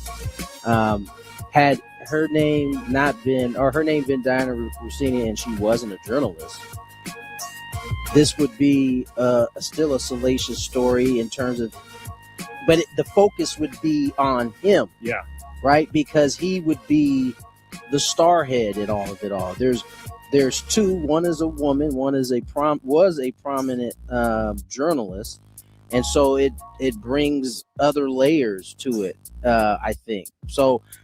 Yes, she was out of pocket. Also, the job itself should be separated from the transgression. However, in that particular job as a head coach, as someone who is a forward-facing person, the owner then has to make the decision whether it's worth it. And the owner clearly understood what Mike Vrabel was doing. The owner is, Robert Kraft is no stranger. Has had his own. He certainly has had some experience in this area. He's like, oh, that's only one, Mike. This was nothing. That's only one. I was having sex with every worker down at that place. I can't hold him responsible for one affair. Think about Robert Kraft and then think about Brian Windhorst. We're going to move into Brian Windhorst because he's reporting that Giannis Antetokounmpo wanted to go to the Knicks before they won the title. So it wasn't like he said after they won, hey, I want to go be a part of the Knicks. He wanted this last summer, and the Knicks were his preferred team destination. And I looked this up, and as far as I know, Giannis did not have a no-trade clause. So he has no say over where he goes. However, NBA players seem to dictate where they go. Chris, should the NBA stop letting players dictate where they go? Stop them? Yeah. And how are they going to do that? What is your proposal? Be like, you can't say I want to be a Nick and then become a Nick. Did anybody just hear what the question Scraby just asked? I just want you to repeat everything you just said. Should the NBA stop letting... No. All the stuff before that. Oh, he is not a Knick. He's with the Heat, but he wanted to be with the Knicks. He wanted to go to the Knicks. Yes. He didn't get to what he wanted and go into the Knicks. But he had they to traded sign him off on elsewhere. the Heat too. Like, it's like, are you okay with us trading you here? That's not part of the deal, bro. It's not part of the deal. What Tony is saying, though, is that he wanted to be a Knick, and the fact of the matter I get is what he's saying. He's not a Knick. I get what he's so he saying. absolutely didn't get what he wanted. And in this case, justice was served. Oh, he I went see. somewhere else, but they still have to ask him. They still have to be like, hey, can we trade you to the Heat? No? Okay, we'll go find another trade. All right, so that's not what that means. Here's what he doesn't have to sign an extension in which wherever he goes, right? Because that's the usual catch is that you get to sign an extension. In his case, he already got his bread. Yeah. So teams would have to then be like, yeah, we want to take it on. The Knicks and the Bucks could come to any terms with what they wanted. And so the Bucks were like, we're moving on somewhere else. Sorry, Giannis. How about the Heat? The thing is, yes, he signed off on it, but Milwaukee got everything that they possibly could get and want. And so it was good for both parties in that standpoint. Go ahead and ask your question. I like what Chris said way back in the day. When someone was complaining on the Chargers, they sent him to Green Bay. Yeah, well, you used to kind of be able to do stuff like that, but I will. Oh, Giannis, excuse me, sir. Are you okay if we trade you to Miami? Oh, yes, okay, we'll make the trade, sir. Okay. Do you know what the rules are in baseball about being traded? Do you have any idea how it works in baseball? Yes. Have you ever heard of something called the 10 and 5 rule? Yeah, of course. Eric Hosmer was the whole thing, and then they had to change it because he was in a trade, and he denied the trade, so that he went. Luke Voigt had to go, but Eric Hosmer had the choice. Yes, he could say wherever Giannis he wanted. didn't. He could say wherever he wanted to go. He could veto any trade. Yeah, because and he that earned was that. fine.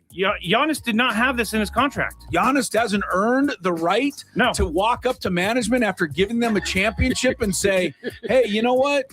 If I'm going to, if you're going to trade me, I would prefer that you take a look at the Knicks.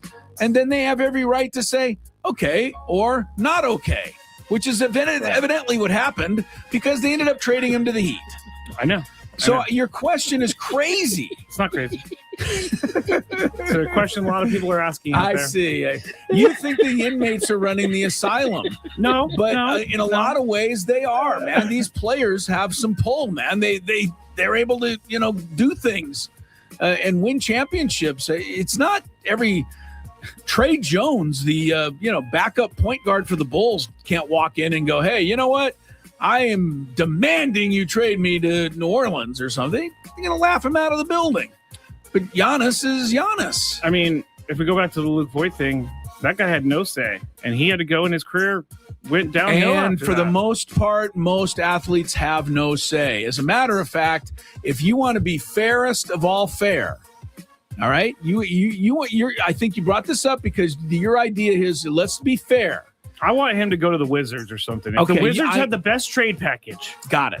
But if you want the world to be completely fair, then there should be no such thing as a draft. And every single kid coming out of college in football, basketball, baseball, wherever, should be able to go and negotiate and play wherever they desire, just like the guy who finishes at the top of his class in the Duke Law School. He does not have to move to Minnesota. The draft is actually the most fair thing. It's totally unfair. These guys are the draft is anything but fair. What are we talking about? I know what you're saying is that they are selected and they have to go live in this city. Yeah. Yes, it does happen like that. But Giannis was already in the league. He was already with Milwaukee. Like the rookie thing doesn't bother me at all. It doesn't bother me because you're a rookie. Okay, so I get it. You're a rookie. So I get it. If you have no yeah. time, you should have no rights. Yes, if you have to a little, earn this stuff. But you don't think kind of Giannis proving has? the point. You're kind of proving the point, I'm going to the next round. Number 2. Because the draft is set up so that all teams have a fair shot at good players. Totally get that it. has nothing to do with the players. Totally get that. But Falcons signed tight end Kyle Pitts to a 3-year, $54 million. Kyle Pitts did not want to live in Atlanta. Well, he he had signed no an choice. extension. Had no choice. He obviously loves Atlanta. He signed an extension. He didn't think he was He going to love loves it now. He may not have loved it his first couple of years, though. He was signed to, I lost my place. Signed to an extension. 3-year, $54 million with $36 million in guaranteed money. The Falcons, according to the article, previously waffled a bit on potentially making Pitts available after President of Football Operations Matt Ryan took over, but he liked what he saw, and he gave him a big deal. Pitts settles for slightly below George Kittle's 19.1 AAV per year and Trey McBride's $19 million. So he's in the top 3 paid tight ends in football. Tony, is Kyle Pitts? No. Kyle Pitts a top 3 tight end in football? No. Okay. He's not. All right. He's not. He's. I mean, up until last year, people were starting to use the B word. I don't think anybody even drafted that guy in fantasy last year because he had broken everybody's heart for the previous 5 years. I'm one of those 5 guys. years. Yeah, I was one of them. I was Right. one of them. So he's only 25. But what we know about the NFL is payday is about timing.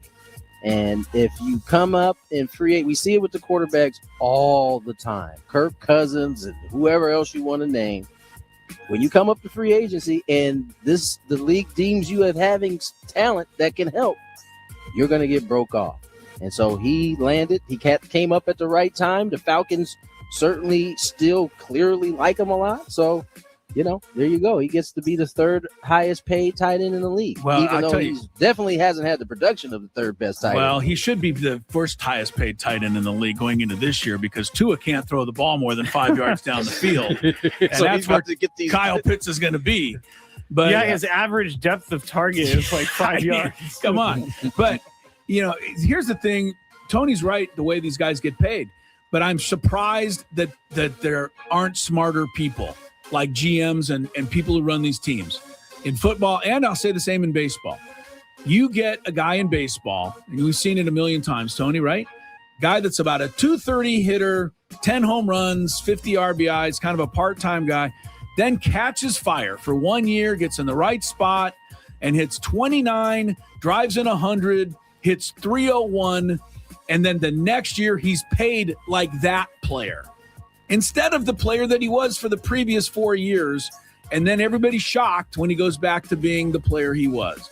So I think it's strange that teams haven't, figured this out. I think you got to be, if I was Atlanta, I'd be buyer beware on Kyle Pitts because now that he got his payday, is he going to still have the same work ethic or is he going to go back to being the crappy Kyle Pitts? I think you'd have to ask yourself that. I bet you his age played a big role in this because he's only 25 and he's been in the league for what, like 4 years? But don't you have to ask yourself, if you're Matt Ryan, am I going to get the Kyle Pitts I got last year who was obviously playing for a contract? Of course. You have to ask that, yeah. I think the answer is probably no. Can we get better? Or if we can't, we'll give him some money. Anyway, Kyle Pitts. I think they're going to regret that one. I don't necessarily disagree. Number 1. All right, the 49ers, the report is they're exploring a possible relocation of their practice facilities. But hold on. Talked out of it. Wow. It has nothing to do with the electrical substation that's nearby, okay? They said specifically it's about space. They need more space for everything that they want to build at the 49er facility. Okay, I'll buy it. So, okay. Chris, do you think that the conspiracy became a reality and that's why they're moving practice fields or wanting to?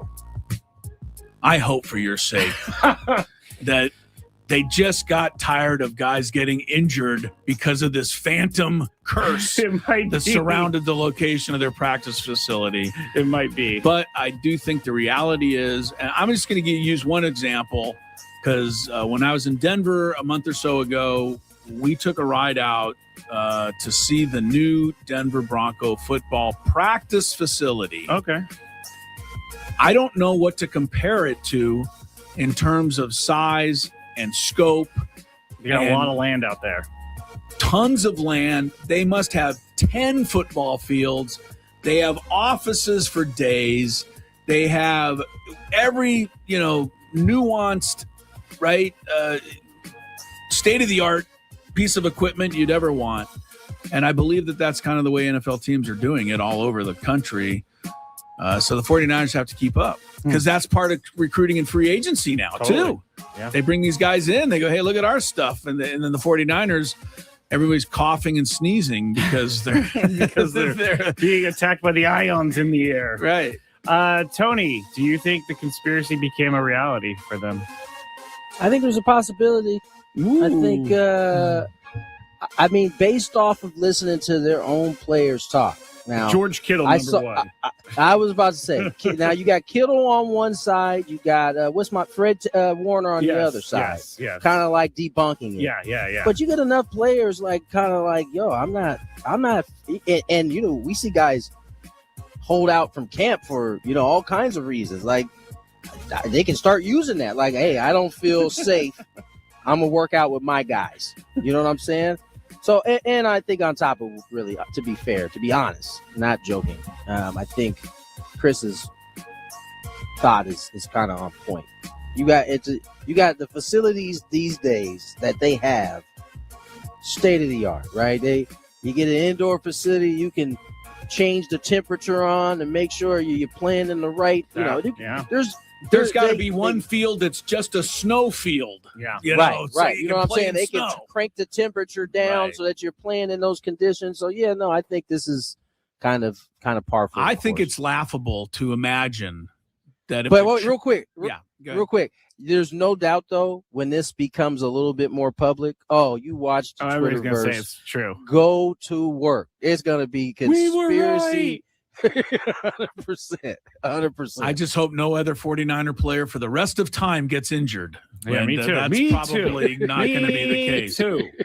The thing I was going to point out, though, is if the Chargers had stayed here in San Diego, their practice do facility you guys remember tiny. their practice facility, which is down right where we're broadcasting? So small. It would have lasted another 6 months before before the Spanos would have said, "Okay, San Diego, can you give us some more stuff?" It was like three 30-yard fields. Right. It was insane. like a high school thing compared to what these others. I think it's the police department now is in that building. Yes, it's now a police department. They still have the uprights back there, so if they want to go kick some field goals, they can go out there and do that. Look, we have the best field goal kicking force in America. That would be sweet here in San Diego. If we could claim that, that'd be awesome.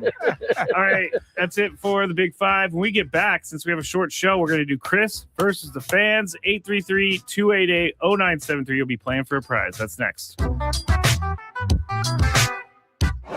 Padres bread. Here at Petco Park, here's the Reds catcher, Tyler Stevenson.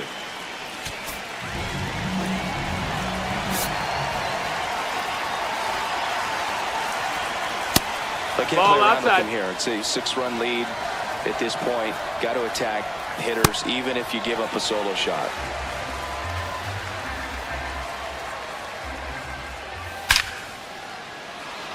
Line drive, base hit, and the leadoff man aboard. Batting ninth, the second Edwin baseman, Arroyo Edwin now at the plate. Arroyo. And first offering is fouled off. Well, the leadoff man gets on. You want to minimize the threat by playing sound defense. Hopefully the pitcher can get a ball on the ground and they can roll him up for 2. Strikes him out with 102. So back to the top of the order. Here's the center fielder, Blake Dunn. In the dirt.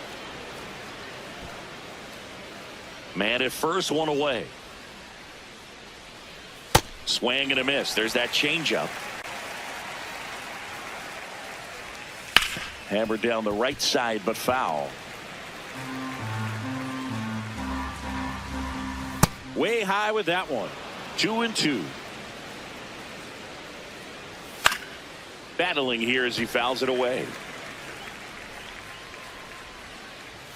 Swings through it for the K. The Reds now down to their final out. Oh, interesting. He's looking very comfortable out of the stretch after giving up the leadoff single. Back-to-back strikeouts, so they haven't been able to move that runner up, get him into scoring position, and try to have a better chance of scoring. I tell you, good job so far on the mound. He just needs one more out. They're down to their final strike. Swing and a ground ball up the middle. Gets to it with a slide. And what a play. Ball game.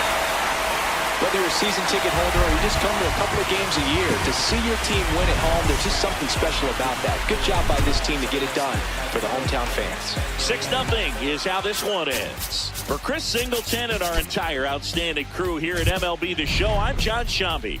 We'll see you soon.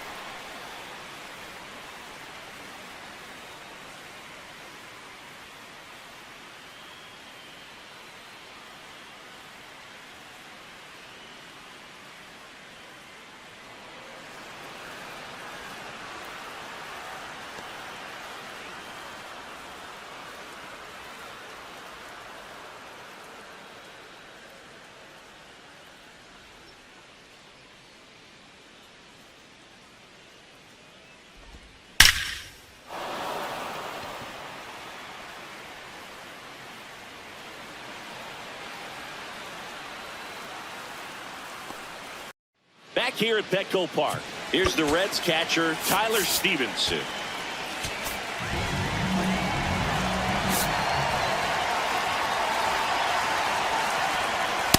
They can't play around with him here. It's a 6-run lead at this point. Got to attack hitters, even if you give up a solo shot.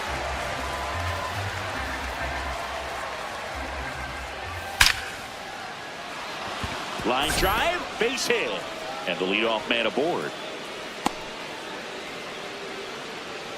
Batting ninth, the second Edwin baseman, Arroyo Edwin now at the plate. Arroyo. And first offering is fouled off. Well, the leadoff man gets on. You want to minimize the threat by playing sound defense. Hopefully the pitcher can get a ball on the ground and they can roll him up for 2.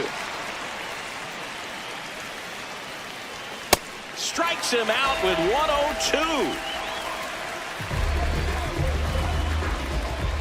So back to the top of the order. Here's the center fielder, Blake Dunn. In the dirt.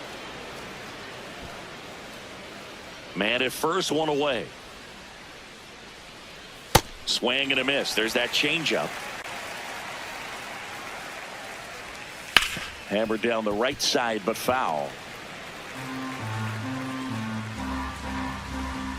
Way high with that one. 2-2. Yep, we are. And this is the last part of the hour we're going to get to spend together.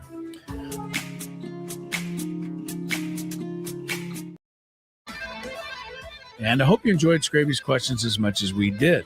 Great questions. Fantastic. Yes. Thought-provoking. That's right. That's what you're all about. People are going to be thinking about that question all day. Thought-provoking, yeah. Giannis wanted to go to the Knicks, but he ended up in the Heat. Why do we let players go where they want? Yeah. Love that question. Crazy, man. And so did Tony. It's crazy. Gotta get that under control. That was funny, actually. Happy hour time. And our happy hour is brought to you by GL Pools, the company trusted by thousands of San Diegans to keep their pools sparkling, swim ready, and expertly maintained. Call GL Pools now and say radio for a free month of service. We're going to get to Chris versus the fans here. Chance for you to win some qualification anyway to a staycation at this town and country. Yes. But speaking of trivia, I was telling Lori about your and mine disagreement. I'm trying to move on. No, you're going to laugh. Okay. That's why I'm bringing this up. I told her about, where I'm saying that I like how we're giving away the Padre tickets now with my, math incorporated sports trivia, and how you find it to be a little too crazy and difficult. And she said, I wonder what Chat GPT thinks about it. All right. So she got her phone out and she went to her chat. Okay. And so I gave her the question from yesterday, and she plugged it in, and to see if Chat GPT could get it right. I'm sure it did. It did not. It did not, because Chat GPT was 5 goals behind Messi's World Cup goal total. That is a problem with AI. Right? Lookup services. They still had him at 13. But now he's got 18. That is a problem. If you had 13, it messes up your whole calculation. Totally. So ChatGPT did not get it right. Wow. That surprises me. Unlike our caller yesterday, I think his name was Preston, who did get it right. He did. All right. And he was very excited about it, and I appreciate that. He did a hell of a job. I thought about that all the way home, and I thought, you know what? Chris enjoys doing it. Why am I being a jerk?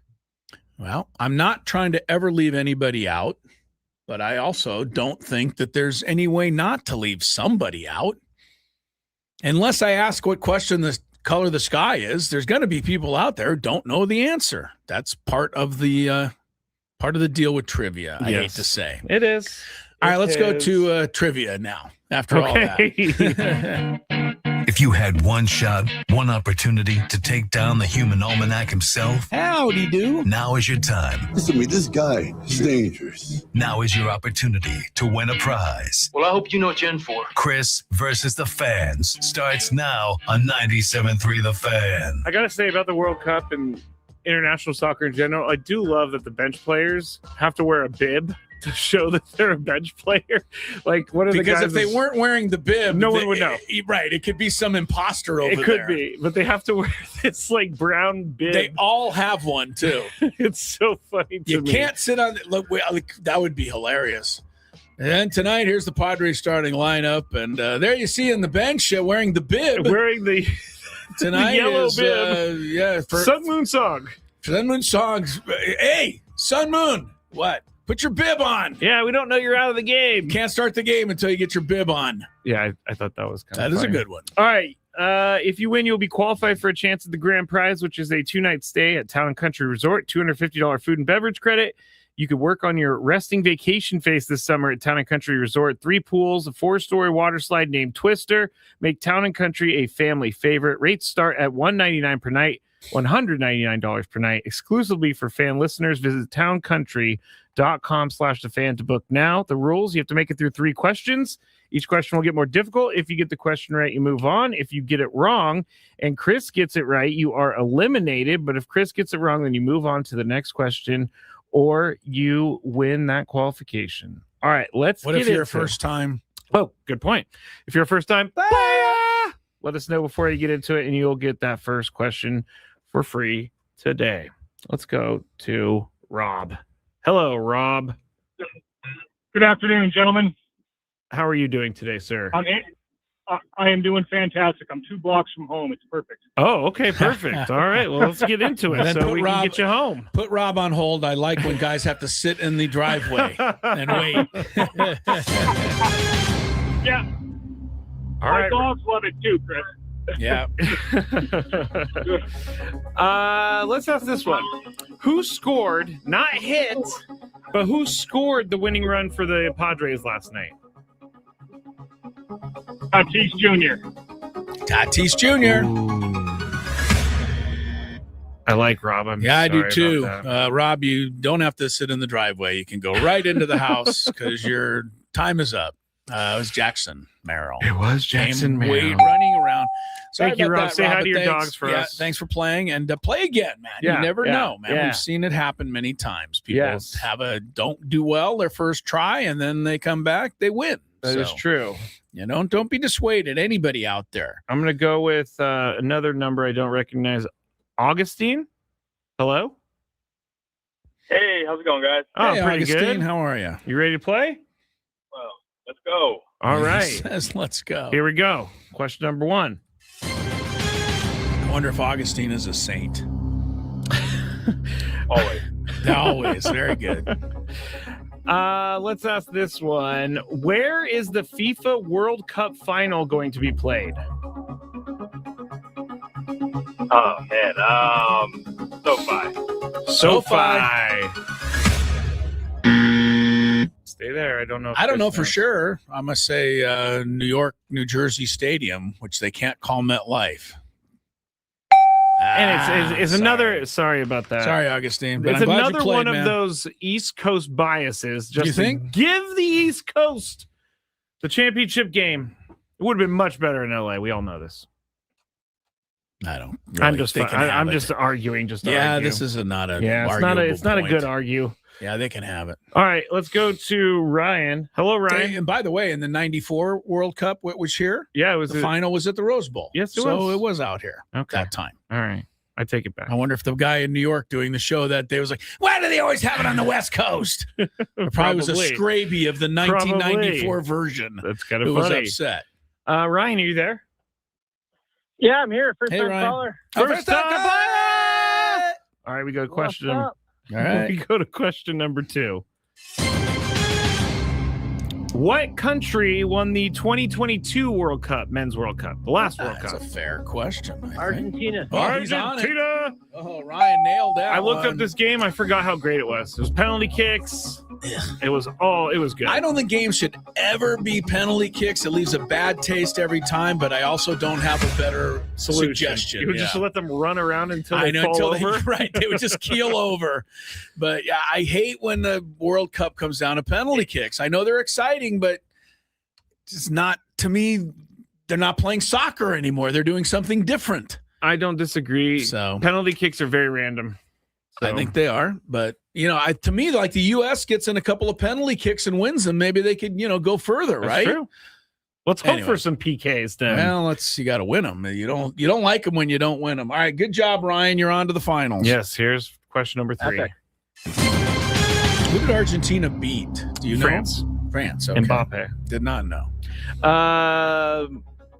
All right, here's one. What team did tonight's starting pitcher J.P. Sears make his major league debut with? The Seattle Mariners. The Seattle Mariners. Stay there. Chris, what team did J.P. I Sears thought make his Ryan major league debut with? had scoped it out.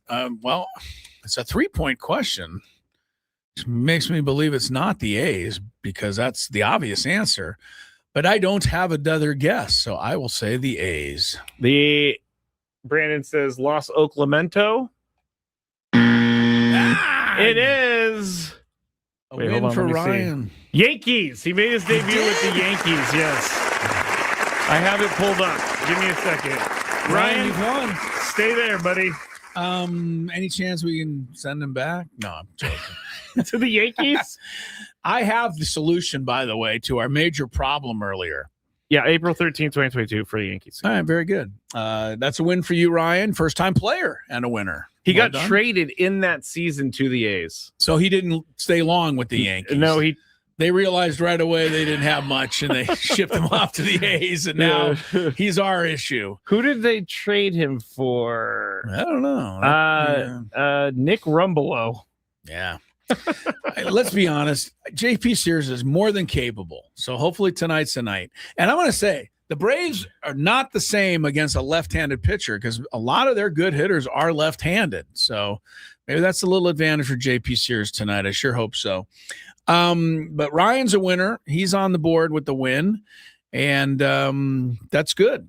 And we're going to take a little time out here. We got one last segment. Yes, we do. Is that all that we have left? I guess we got to so. go to Sammy Levitt. Do we have to? No, we don't have to. We could just keep it ourselves for extra time. If we ever took, Sam steals our time all the time. By the way, what if would we happen? ever take his time? Yeah, right. What would happen to Sammy who's down? Where is he in the? Is he in the Western Middle? The loft, yeah. The loft. I'm sorry. Yeah. So if Sammy's in the loft, what if we just you and I go to 5'10"? Like, what's he going to do? Would he have the engineering ability to break in and take over the show? No. So you and I could just Hamby would have to fight me for the board first. Right. So as long as we lock that door, yes. If we prop a door in front of it, chair or chair in front of that door, you and I could filibuster all night. We should test this one day. No, let's not. Okay. I want to see Hamby run in here and like try to pull me off the board. Yeah, I would. Hamby's might have a size advantage on you, sir. You know what? I don't know who would win in a fight between. But you both have me a low and Hamby. center of gravity, so it'd be a close one. Okay.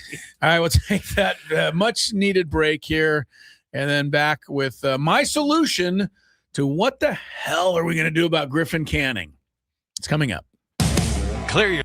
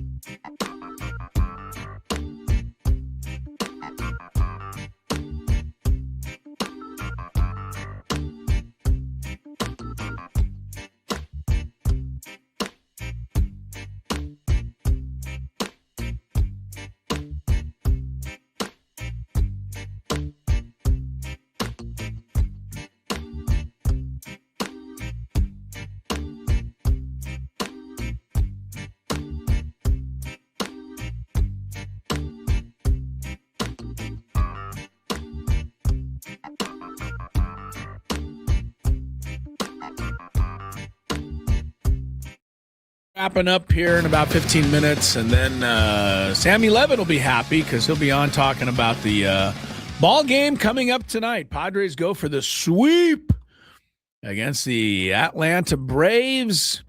1-0, 7-6. Really good game last night. Just, we talked about all of the ins and outs about it. Braves get 4, Padres get 5. Braves get the lead. Fernando ties it. And then, Mason Miller. I mean, to honestly, can we go back to Josh Hader for a minute? I know nobody wants to. But what would have happened, let's say, if, Craig Stammen went to Josh Hader last night and said, could we get another inning out of you? Because this is important. Josh Hader, what do you say? No, I got to watch my arm. I can't be worried about it. Apparently he would. Right? I mean, those kinds of things are so annoying and such a turnoff to us fans, isn't it? Like, you can understand the guy looking out for his own career. I get it. Yes. But it's just such a bad look.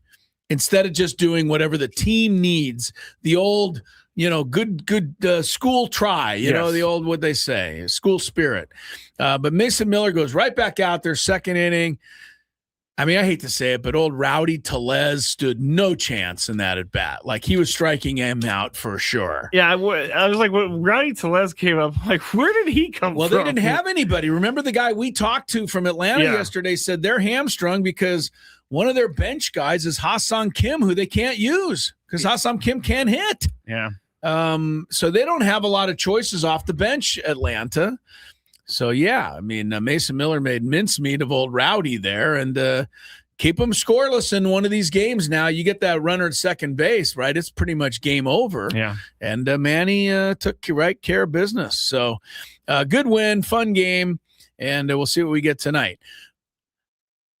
The one negative of the game last night, and it's a negative, was Griffin Canning. And this isn't to pile on a guy who is struggling. We know he's struggling. He knows he's struggling. You know he's struggling. But that doesn't change the fact that something is going to have to be done, I think. Like, you can't just put him out there every 5 days.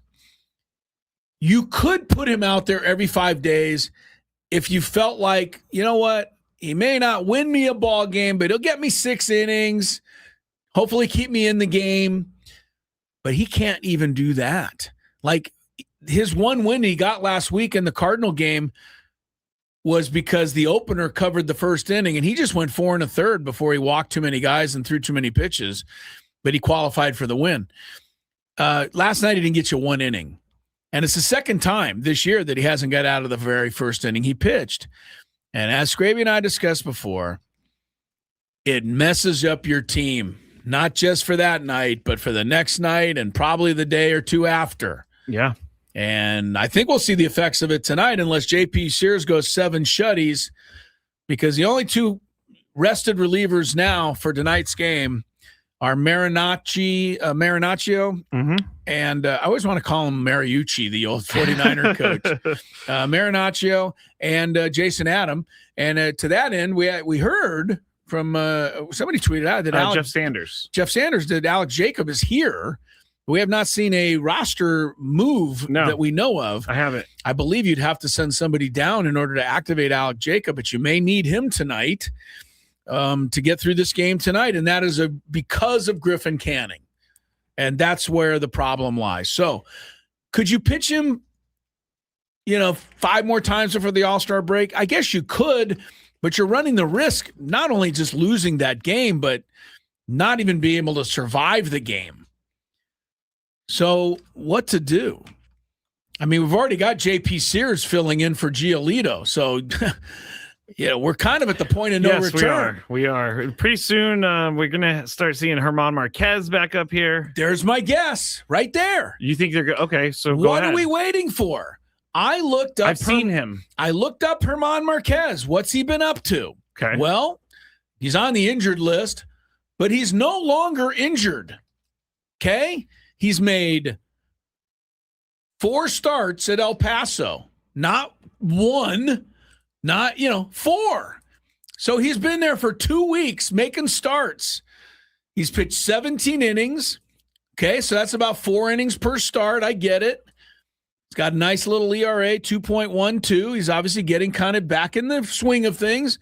And his last time out, he threw 71 pitches. Okay, so sounds to me like he's pretty close.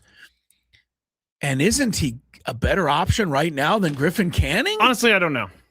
You don't? The last time I saw German Marquez, I believe he gave up 7 runs in the first 2 innings. Okay. I get what you're saying. I guess I can kind of look at them like as similar guys. Nobody's going to claim that German Marquez is going to come back here and start and go, 7 shutout innings, the whole thing. But he's a better shot to me to go 5 innings and keep you in the game than Griffin Canning is right now. You're right. You're right about that. I definitely think I would feel more comfortable with a new guy out there. Well, not new guy in the last month than putting Griffin Canning out there. Just think about how messed up the Padres starting rotation has become from where it was way back when. 6 months ago. We had Yu Darvish. We had an Nick embarrassment Pivetta, of riches. We had Joe Musgrove, and we had Michael King. We had the 4 horsemen, Musketeers, yes. right? We had all 4 guys. We now have one of those. And then the guys beyond that, where, Vasquez are bringing along and this, that. We filled in with Buehler. We filled in with Marquez. We had to put those guys in there. Well, now they're the best guys we have. That's until true. Finally King, got it turned around again the other night. But this starting rotation it's a mess. You've got openers have to pitch. You got, Giolito's gone now. I mean, the guys that you replaced the guys with are now hurt. Yeah. So this starting rotation, and you know what? Don't feel sorry for the Padres. I checked the Cubs out. All 5 of their preseason starters are on the IL right now. Because last night Cabrera got hurt. Yes, he did. He became the 5th to go on the IL. And it looks like he's going to be out for a little bit. Looks like it. So, the Cubs don't have any starting pitchers left. The Padres have 1, maybe 2 that they were thinking of using. It's a part of the deal. The Dodgers have lost all their guys, although we always think they're cheating and are doing it on purpose. Well, they have Blake Snell sitting on the IL. Just they have waiting. Tyler Glasnow sitting on the IL. Yeah, they're just waiting for their turn. I know. They have Cy Young sitting on the IL. And Tom Seaver has been resurrected as well. Nolan Ryan somewhere there. The last start that German Marquez for made, the Padres, was May 1st against the White Sox. He went Right. 5 innings. He gave up 7 runs. But here's what I'll say about him. In April, he started 4 games, and he had 2 scoreless outings in April. So that the major league stuff is still there. To me, for the most part, German's going to give you 5 innings. You hope for the low end, 2 or 3 runs. But as you said, he can give a 5 or 6. You probably might lose that game. But if you lose that game, at least he gave you the 5 innings. Yeah. Right? So your bullpen didn't get wrecked. The only time that is better than what Griffin Canning is right now doing, which is wrecking your bullpen. The only time he went less than 5 innings is the first start of the year. He went 3, but I would have to assume that's some sort of and he's just kind of easing his way in a little bit. So. He went 5, and then he went 5.5 2/3, 6, and then 5. I think Marquez has got to get the call. You sold me.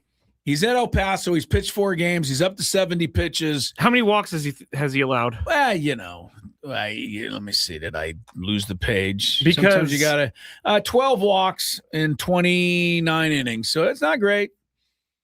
Hey, I didn't say no. Wait, I take it back. 7 walks in 17 innings. I was looking at the wrong thing. I mean, it's not fantastic, but I didn't promise you. Steve Carlton. Yes. I'm promising you a guy that hopefully can go 4 or 5 innings, unlike the guy you have in there now.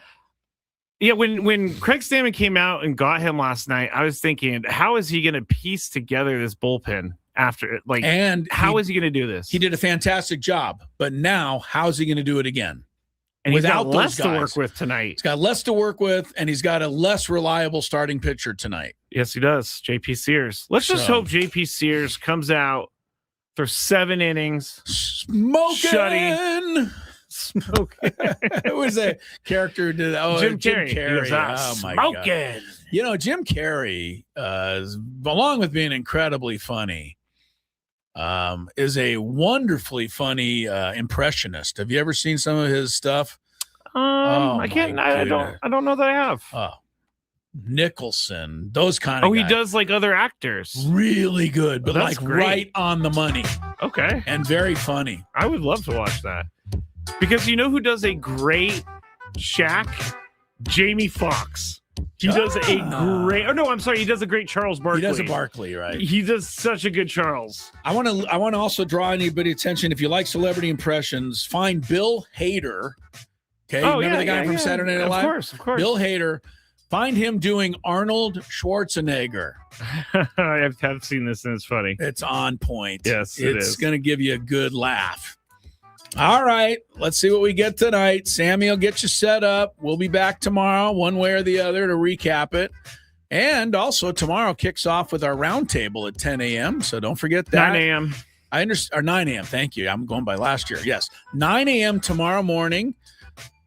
Special guest, I hear, Jesse Agler. Yes. Tomorrow. That's a Padre baseball. Big deal. Yeah, Padre baseball. Stick around. Before the